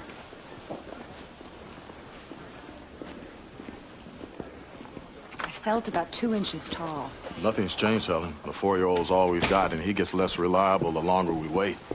Nothing physical, no partial print, tire print. Trust me, we've tried. I think we're gonna have to be honest with the girl's parents, Helen. The kid who killed their daughter's gonna stay free. There has to be something we can do.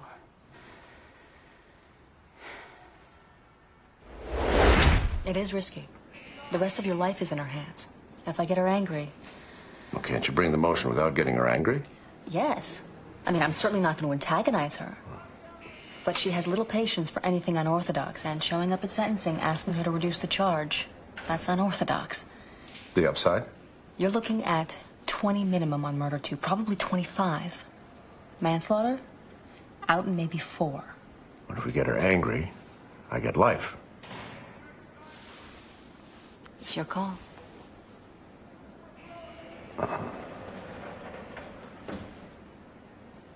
Let's go for manslaughter. Tommy. Hey, Dave. Hey, Jimmy. Can I steal you a second? Yeah. I'll see you, Dave.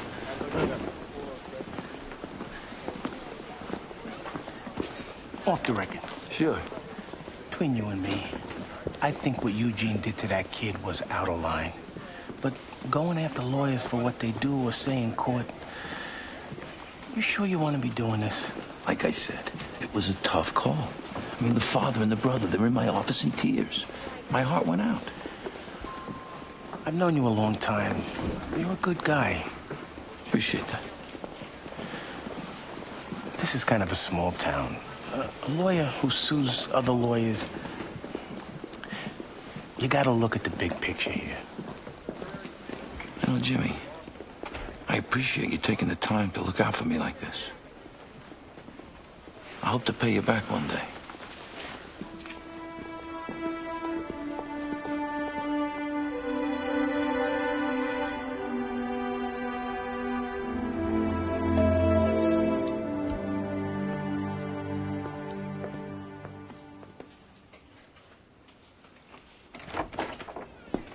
Miss Gamble, can I come in? Sure. Danny, you remember Miss Gamble? Can you say hi? Hi. Hi. Let's go in the kitchen.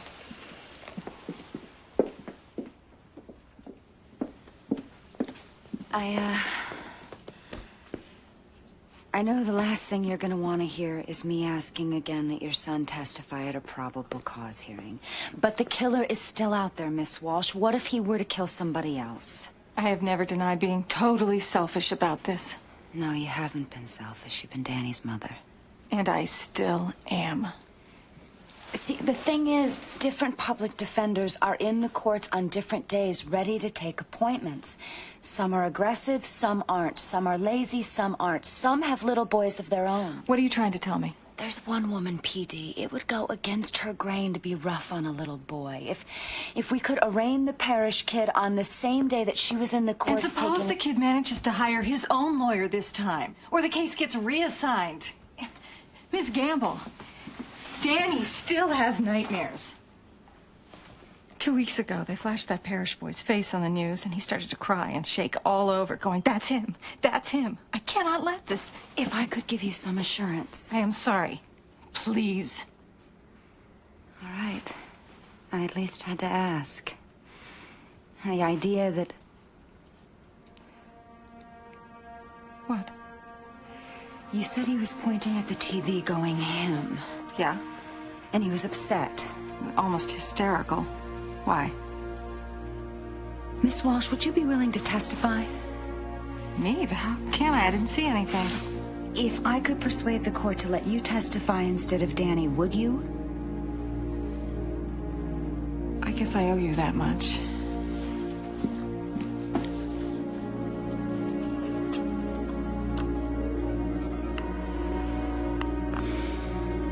Arrest him.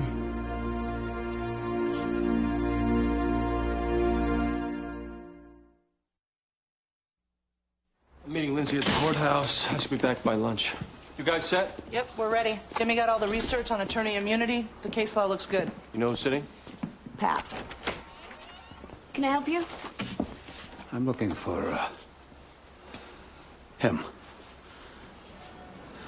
I just want you to know, I hoped to deliver the summons myself, but, Mr. Silver didn't think it's smart.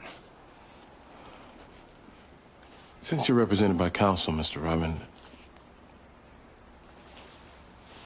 I really shouldn't speak with you. I came to make one request. The doctors give me about 6 months. I would appreciate you not dragging it with delays, like I know lawyers are capable of doing. Win or lose, I'd like to play this out before I go.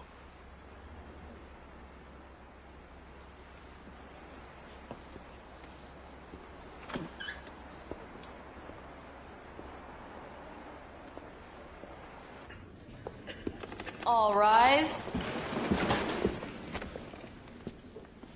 Be seated.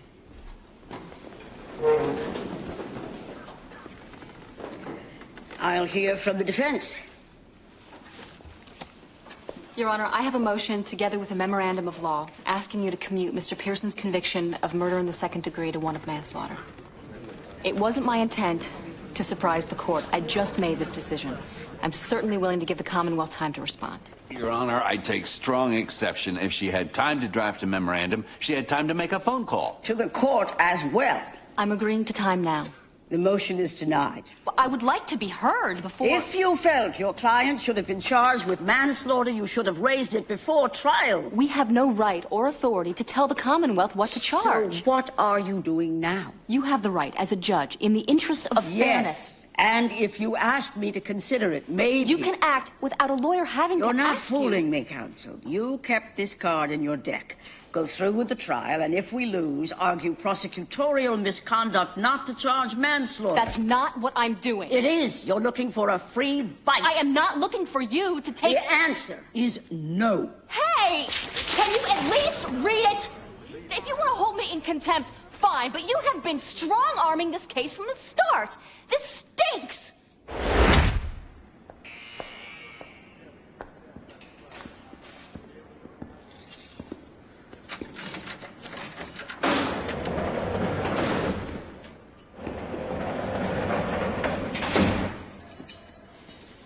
I'm glad you didn't set out to antagonize her. That's the first time I've really lost it since I was 6. I'm playing my brother at Candyland. I sent the board flying. Lindsay, you lost it with me a few weeks ago over this case. Now, I'm going to go see Judge Hiller and try to talk you out of jail. Then, I think I should take over. You're not ready on this. There's a lot of research involved. I can take over on straight sentencing. I think we should just drop this Hail Mary for manslaughter. Pearson wants to go for it. You talked them into going for it. Even if there was a shot, which I don't think there ever was. This is my case. It isn't your case. It's our case. Pearson came in looking to hire me. Remember? You co-opted this case, I let you, but I'm taking over now. Just hope it's not too late. 22664, Commonwealth versus James Parrish, murder in the first degree. Michael Forbes for the defendant, Your Honor. We'll waive reading. I'd also be asking that my client be released, OR, pending. The Commonwealth is opposed to any bail, Your Honor. This is the second time they've arrested my client. They couldn't even satisfy probable cause the first time. We can. It amounts to harassment. The defendant committed murder, Your Honor. Under current law, it is not considered harassment to arrest him. I'm denying bail. PC hearing tomorrow at 10 o'clock. That's all.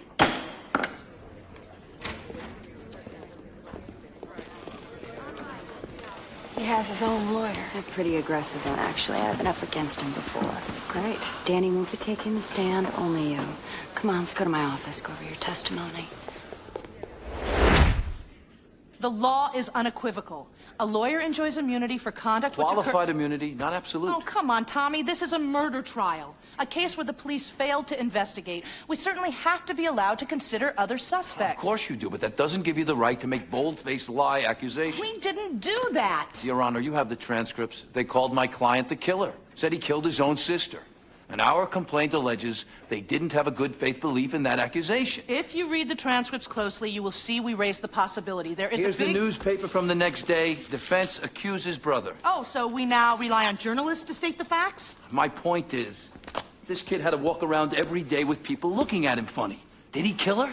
Always a little truth behind stuff like that. They painted him as hapless, desperate, and homicidal. All as part of a defense plan to get their client off. And it worked. Good for them. Mr. Vogelman walked, but Steve Robin got left with his reputation crippled. They say they have immunity to behave this way. I disagree.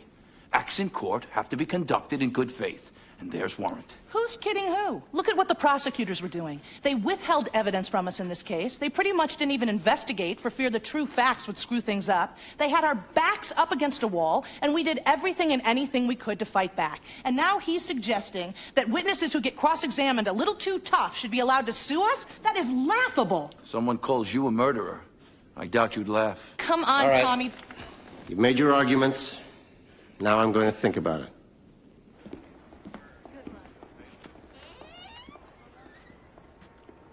Knock, knock.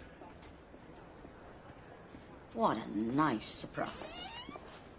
I assume you're here to invite me to a movie? It's her law professor. She's emotionally caught up in the whole thing. Ah, I see. Then I should have anticipated having a brief hurled at my head. She's sorry. Is it me, or... I seem to be hearing that a lot in court lately. I'm sorry. Did I miss something? Did I'm sorry suddenly become an affirmative defense? Well, truth be told, Your Honor, you stepped a little bit over the line yourself, not bothering to even read the brief. I don't need to read the brief. All I had to do was look at the letterhead and see your firm's name attached to it. What's that supposed to mean? It means all you people do is stunt. You argue jury nullification every chance you get, or moral duress. We didn't. In this one, you came in claiming self-defense, then you switched to involuntary act. It's called a zealous defense, which every client is entitled to. Was it a zealous defense last week when Eugene Young stood up in court and accused the victim's own brother of killing her? That case has nothing to do with this. It has everything to do with who and what. You even blindsided Helen Gamble, calling her to the stand. You don't play straight, Bobby. And I am so sick of it. So when you walk in here after a verdict with yet another of your little tricks, don't expect me to give you the benefit of the doubt. I expect you to read the brief. I expect you not to punish a criminal defendant just because you don't like the lawyers. I expect you to rule without letting your own personal feelings get in the way. You should have thought of that. Let me finish. I don't have to let you finish. I am the judge. Then act like one. You're angry at Lindsay Doe because she got the appeals court to... Think You're about too competitive, that. not to mention stubborn, to admit. Get out of this room. You used to be about fairness. Now you're all about ego. You're not the judge I used to respect. Keep That I do talking, know. What I keep don't know is what talking, happened to Sal, make you with your so little embittered. friend. As an officer of the court, talking. I hold you in contempt.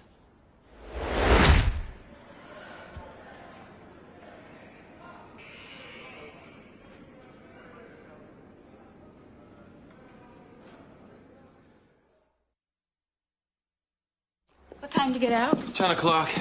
I thought this was a judge you were on good terms with. So did I. Where are we on Robbins? Arguments went okay. I'm drafting up a 12B6, but we may have a much bigger problem. Our malpractice carrier says we're covered on negligence claims, but intentional infliction, we're on our own. What? Excuse me? They're calling it a supervening act. They can't do that. It happened in court. We're getting sued for what happened in court? All I'm telling you is what they're telling me. So if we lose, it's $30 million out of your own pockets? I thought this thing would be kicked. That's what you guys have been saying. The judge should rule today. Sooner the better. We don't need this kind of publicity. What's happening with Pearson? Back in again today on sentencing. I'd like to stay on it. Well, she's probably more angry at me now anyway. Can you keep it under control? I promise. And on sentencing, don't be going for manslaughter. I'd still like to try. Lindsay, she denied the motion. I can You are renew it. playing I would just fire like with her a to big hear cannon it. here. No. The man is 57. 25 years is like a life sentence anyway. Why don't you let Pearson decide?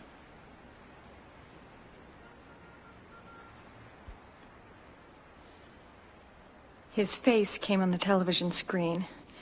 It was on the news or something. The face of James Parrish? Yes. And what happened, ma'am? Danny became very distraught and just started crying and pointing to the television, saying, "There he is. That's the man who killed Cindy." Miss Walsh, the night after Cindy Harrelson was killed, did you accompany your son, Danny, to the police lineup? Yes, I did. And was he able to identify the person who killed Cindy Harrelson? Yes.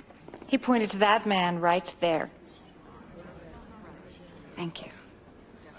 That's all I have. You may step down, Miss Walsh. Your Honor, I would move that Mrs. Walsh's entire testimony be stricken. It's all hearsay.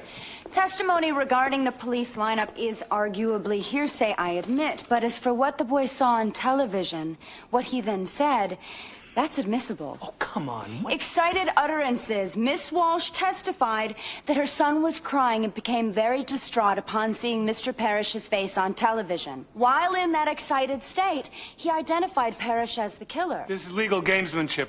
Rules of evidence aren't gamesmanship. The court now has before it admissible testimony identifying James Parrish as the person who killed Cindy Harrelson. She is backdooring hearsay, trying to prevent the boy from taking the stand, which denies my client the right to confront his accuser. Your Honor, the accuser for the purpose of this hearing is Janet Walsh. Oh, yeah, right.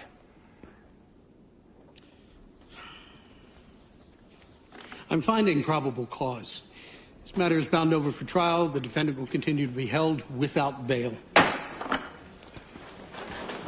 You'll never make this stick, Helen. Something tells me I will. Thank you. This is just probable cause. We still have a long way to go. I know. As it stands now, I'm still not confident. You have to know that.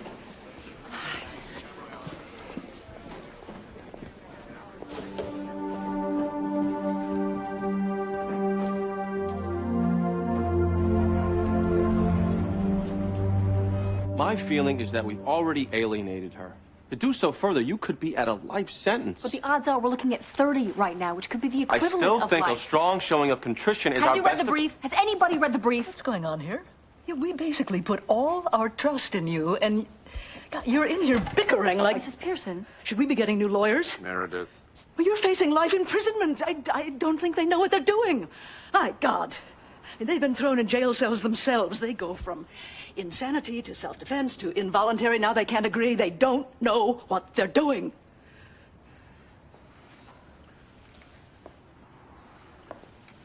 I think I agree with Bobby. We've got to know when to quit. Let me make a statement. I've got a lot of character witnesses. My people at my firm still think I have a shot at 20. So, we'll play it like that. I know you don't want to give up, but it's time.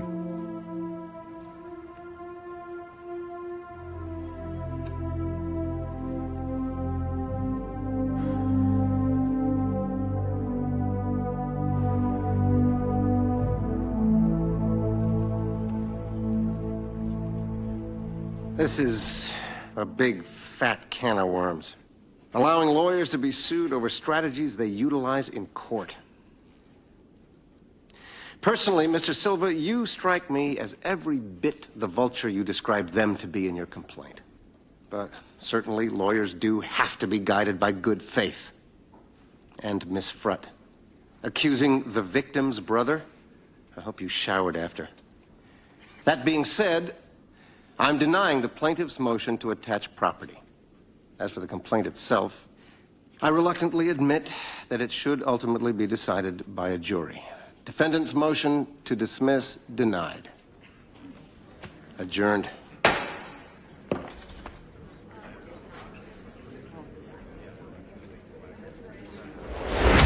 What's the big mystery?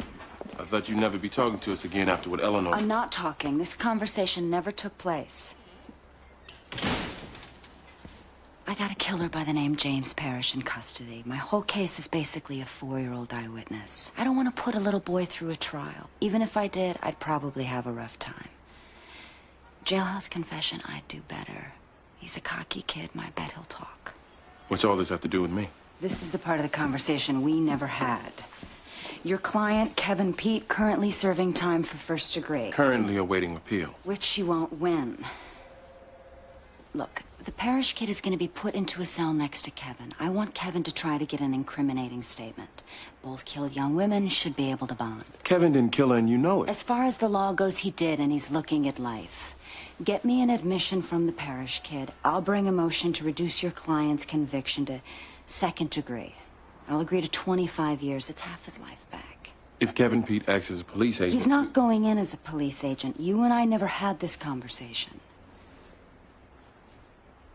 So, basically, you're asking me to help you get an unconstitutional confession? You want to shave off a life sentence for your client? I'm giving you an opportunity. I'm not going to lie to cover you. I'm not asking you to lie. I'm extending an offer to your client. When the verdict was read, you came over to me and said, "What now, Helen? What now?" Here I am. What now?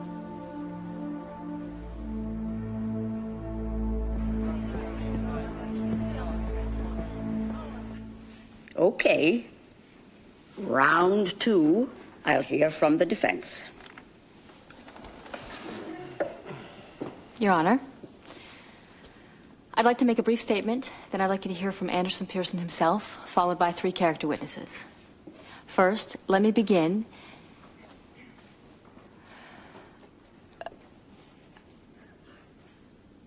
Ms. Doe? I apologize, Your Honor. My client has instructed me to address you on sentencing only. But as an officer of the court, I feel duty-bound to protect the integrity of this process. And insofar as I feel the prosecution's refusal to offer manslaughter in the alternative. Your Honor. Ms. Doe. And I also know Your Honor's unwillingness to reopen this discussion. But with all due respect, I would like to raise this issue here to preserve... You did raise it. I denied it. The record... I'd like to renew it and ask for 10 minutes. That's all. 10 minutes. If you conclude that I have wasted the court's time, I will go right to my cell. You are pushing this court. I understand that.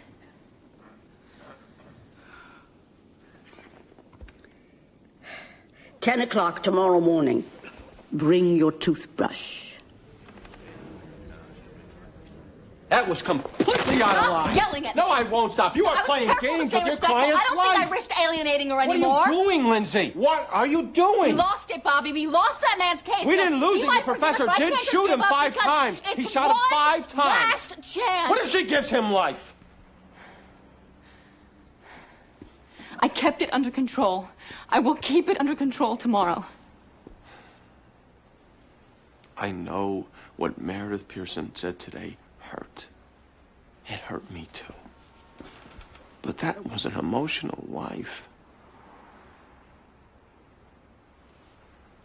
Lindsay, we've done everything we can do for this man. He is a good man. It's unthinkable for him to live his life out in prison. But he did pull that trigger. That's why he's in jail. Not because of you or me. I'm sorry. I just... In my mind, I have to know that I tried everything.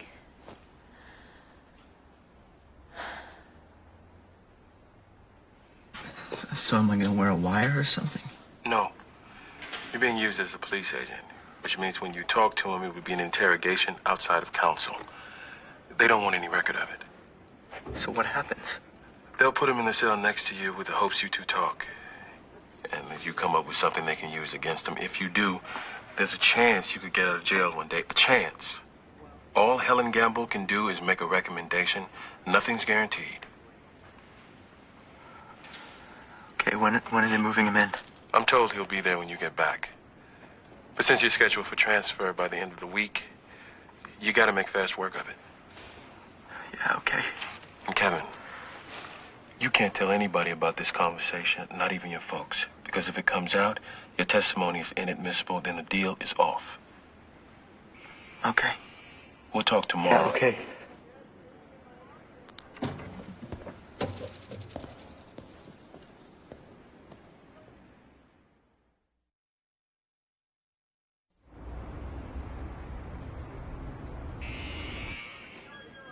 I couldn't really get him to say much. What did he say?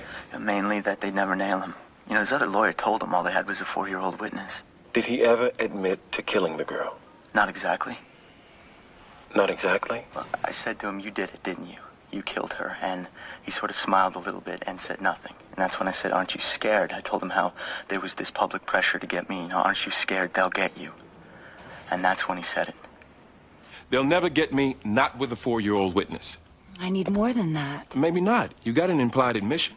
Kevin said you did it. The parish kid said nothing. Yeah, but how... Silence in the face of an adverse accusation. That's an implied admission of guilt. Admissible. I need something stronger. Here's your problem. Kevin Pete is scheduled for transfer tomorrow. If suddenly he isn't transferred and then comes up with a confession for parish, it's going to look suspicious. If you then go moving to reduce Kevin Pete's charge from 1st degree to murder 2, they'll figure this out. It's dicey enough as it is. I say go with what you got now. The fact that it's not an outright confession draws less attention. Make your play now. When Anderson Pearson pulled that trigger, it wasn't self-defense. He shot an unarmed man 5 times. And when we said we wanted to argue self-defense, you quickly said no. Because as a guardian of the court, you were not about to allow tricky lawyering to distort what you knew to be the truth. And standing before you, I'll admit, we were guilty of exactly what you accused us of, Your Honor. We were figuring Anderson Pearson's a good man, the defendant's a bad guy. All we had to do is present self-defense, and at least one juror would bite. You were right. But the prosecution had its own strategy. They didn't want to charge manslaughter because they were figuring that same sympathetic jury would choose that to avoid sending a good man away forever. So they boxed them in with murder 1 or murder 2. These games are played every single day by defense attorneys and prosecutors in courtrooms all across the country. Yes, it's awful, isn't it? Except when you win. The problem is, you let them play their hand, but with us... Because murder 1 and murder 2 were tenable. Self-defense wasn't. That's a finding of fact, not... No, it's a conclusion of law based on the facts. Your Honor, you wouldn't let us distort the truth. You shouldn't either. Your ruling was a finding of fact. Should I put on my helmet? Are you about to throw your brief? You shut down self-defense because it wasn't that. But this wasn't murder 2 either. It was an act in the heat of passion. The man showed up at his door with a dead cat. After a month of stalking, he arrives at the doorway, throws down the family pet, which he had just strangled, and Anderson Pearson snapped.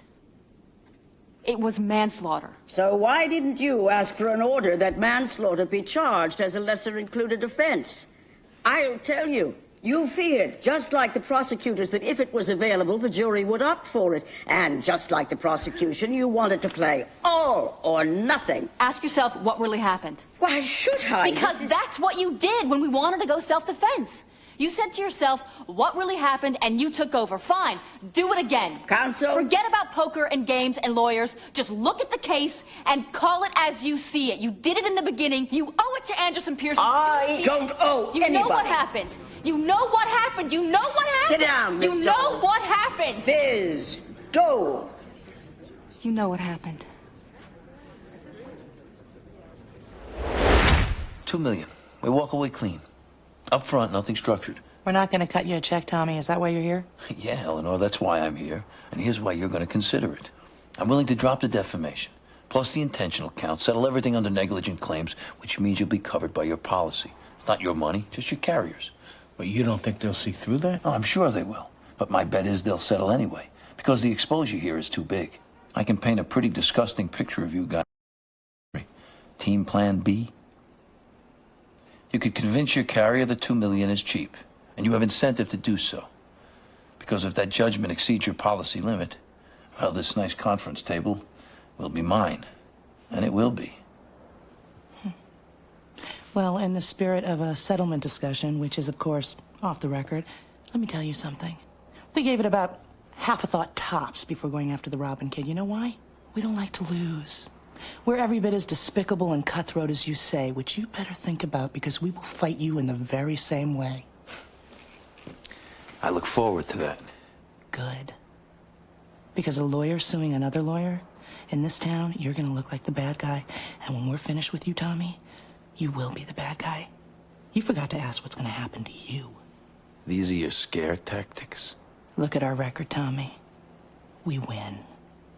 And we've got no problem getting ugly.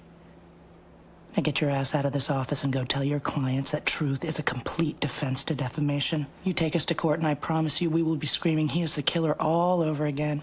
And in the court of public opinion, he will be the killer. You're still sitting here, Tommy? Get out.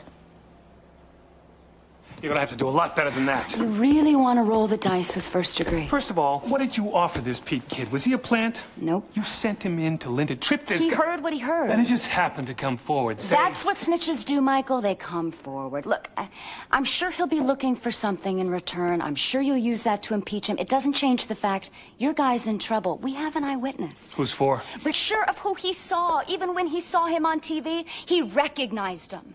Your guy was the victim's boyfriend. He threatened her. They broke up. He has no alibi. Now we have the equivalent of an admission. Why are you fighting me? I'm offering voluntary manslaughter, 8 years. He could get life. How could you even think of turning this down? You wouldn't make the offer if you were so sure. I'm offering it to spare a 4-year-old kid from testifying. You should be jumping at this. I'll talk to my client. Well, talk quickly, because I'll tell you, if even a whiff of this gets out, my boss will be in my office to snuff it. Letting your guy out in 8 years isn't good politics.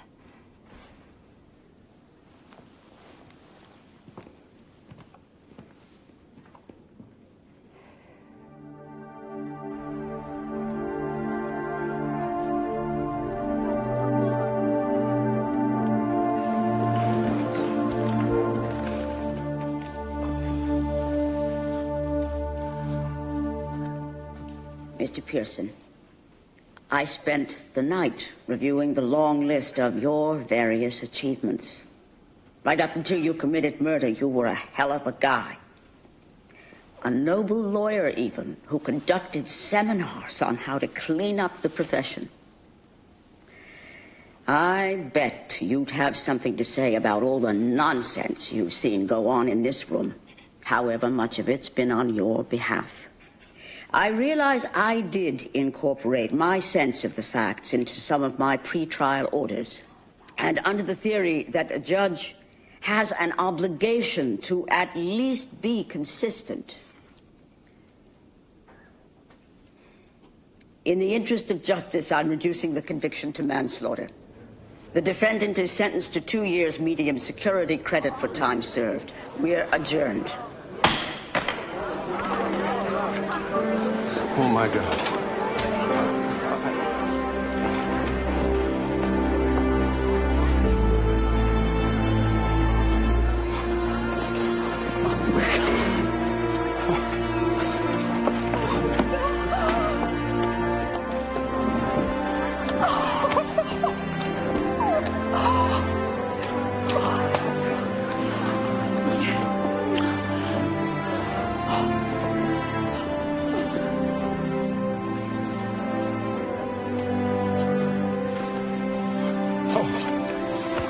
Well done.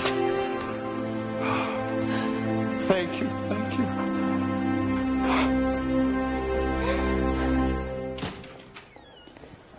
Thanks for coming in.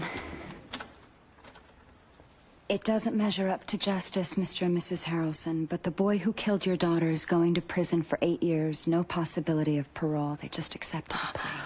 Oh, thank God. Well, thank this woman here. Without her, We've been thanking her for the last 20 minutes. But something tells me that I should thank you.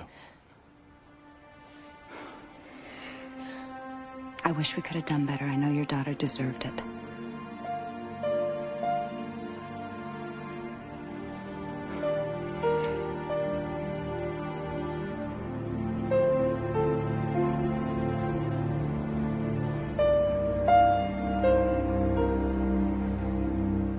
I don't see how antagonizing him. I had to let him know he was in for a fight, that we weren't just going to roll over. I think he got the message. It's already marking up depositions. Maybe we should get outside counsel. Well, what does the insurance company say? We're going to meet them tomorrow.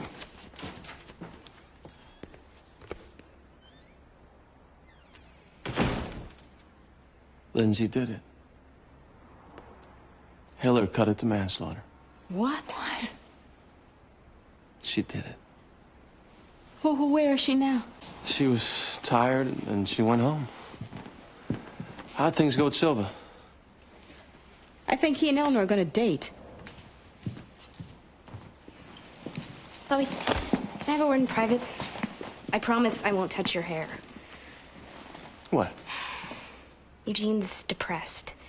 He's been in his office with the door closed. I'd go in and reach out myself, but I just don't think I've established a trust. He got a notice to appear before the bar. The others don't know.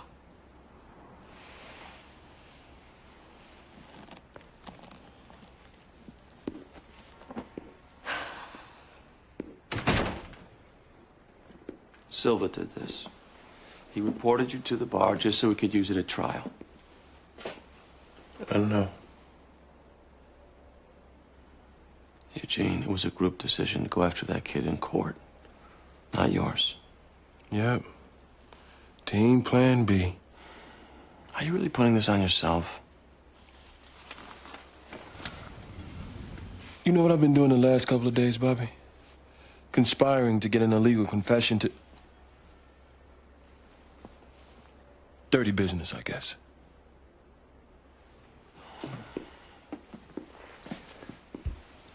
Maybe we're bred to fight a little dirty. Lindsay got Pearson's case reduced to manslaughter. She kept pounding and pounding and pounding when everybody was telling her to stop, especially me. She wouldn't. George Vogelman was innocent. And you wouldn't stop either.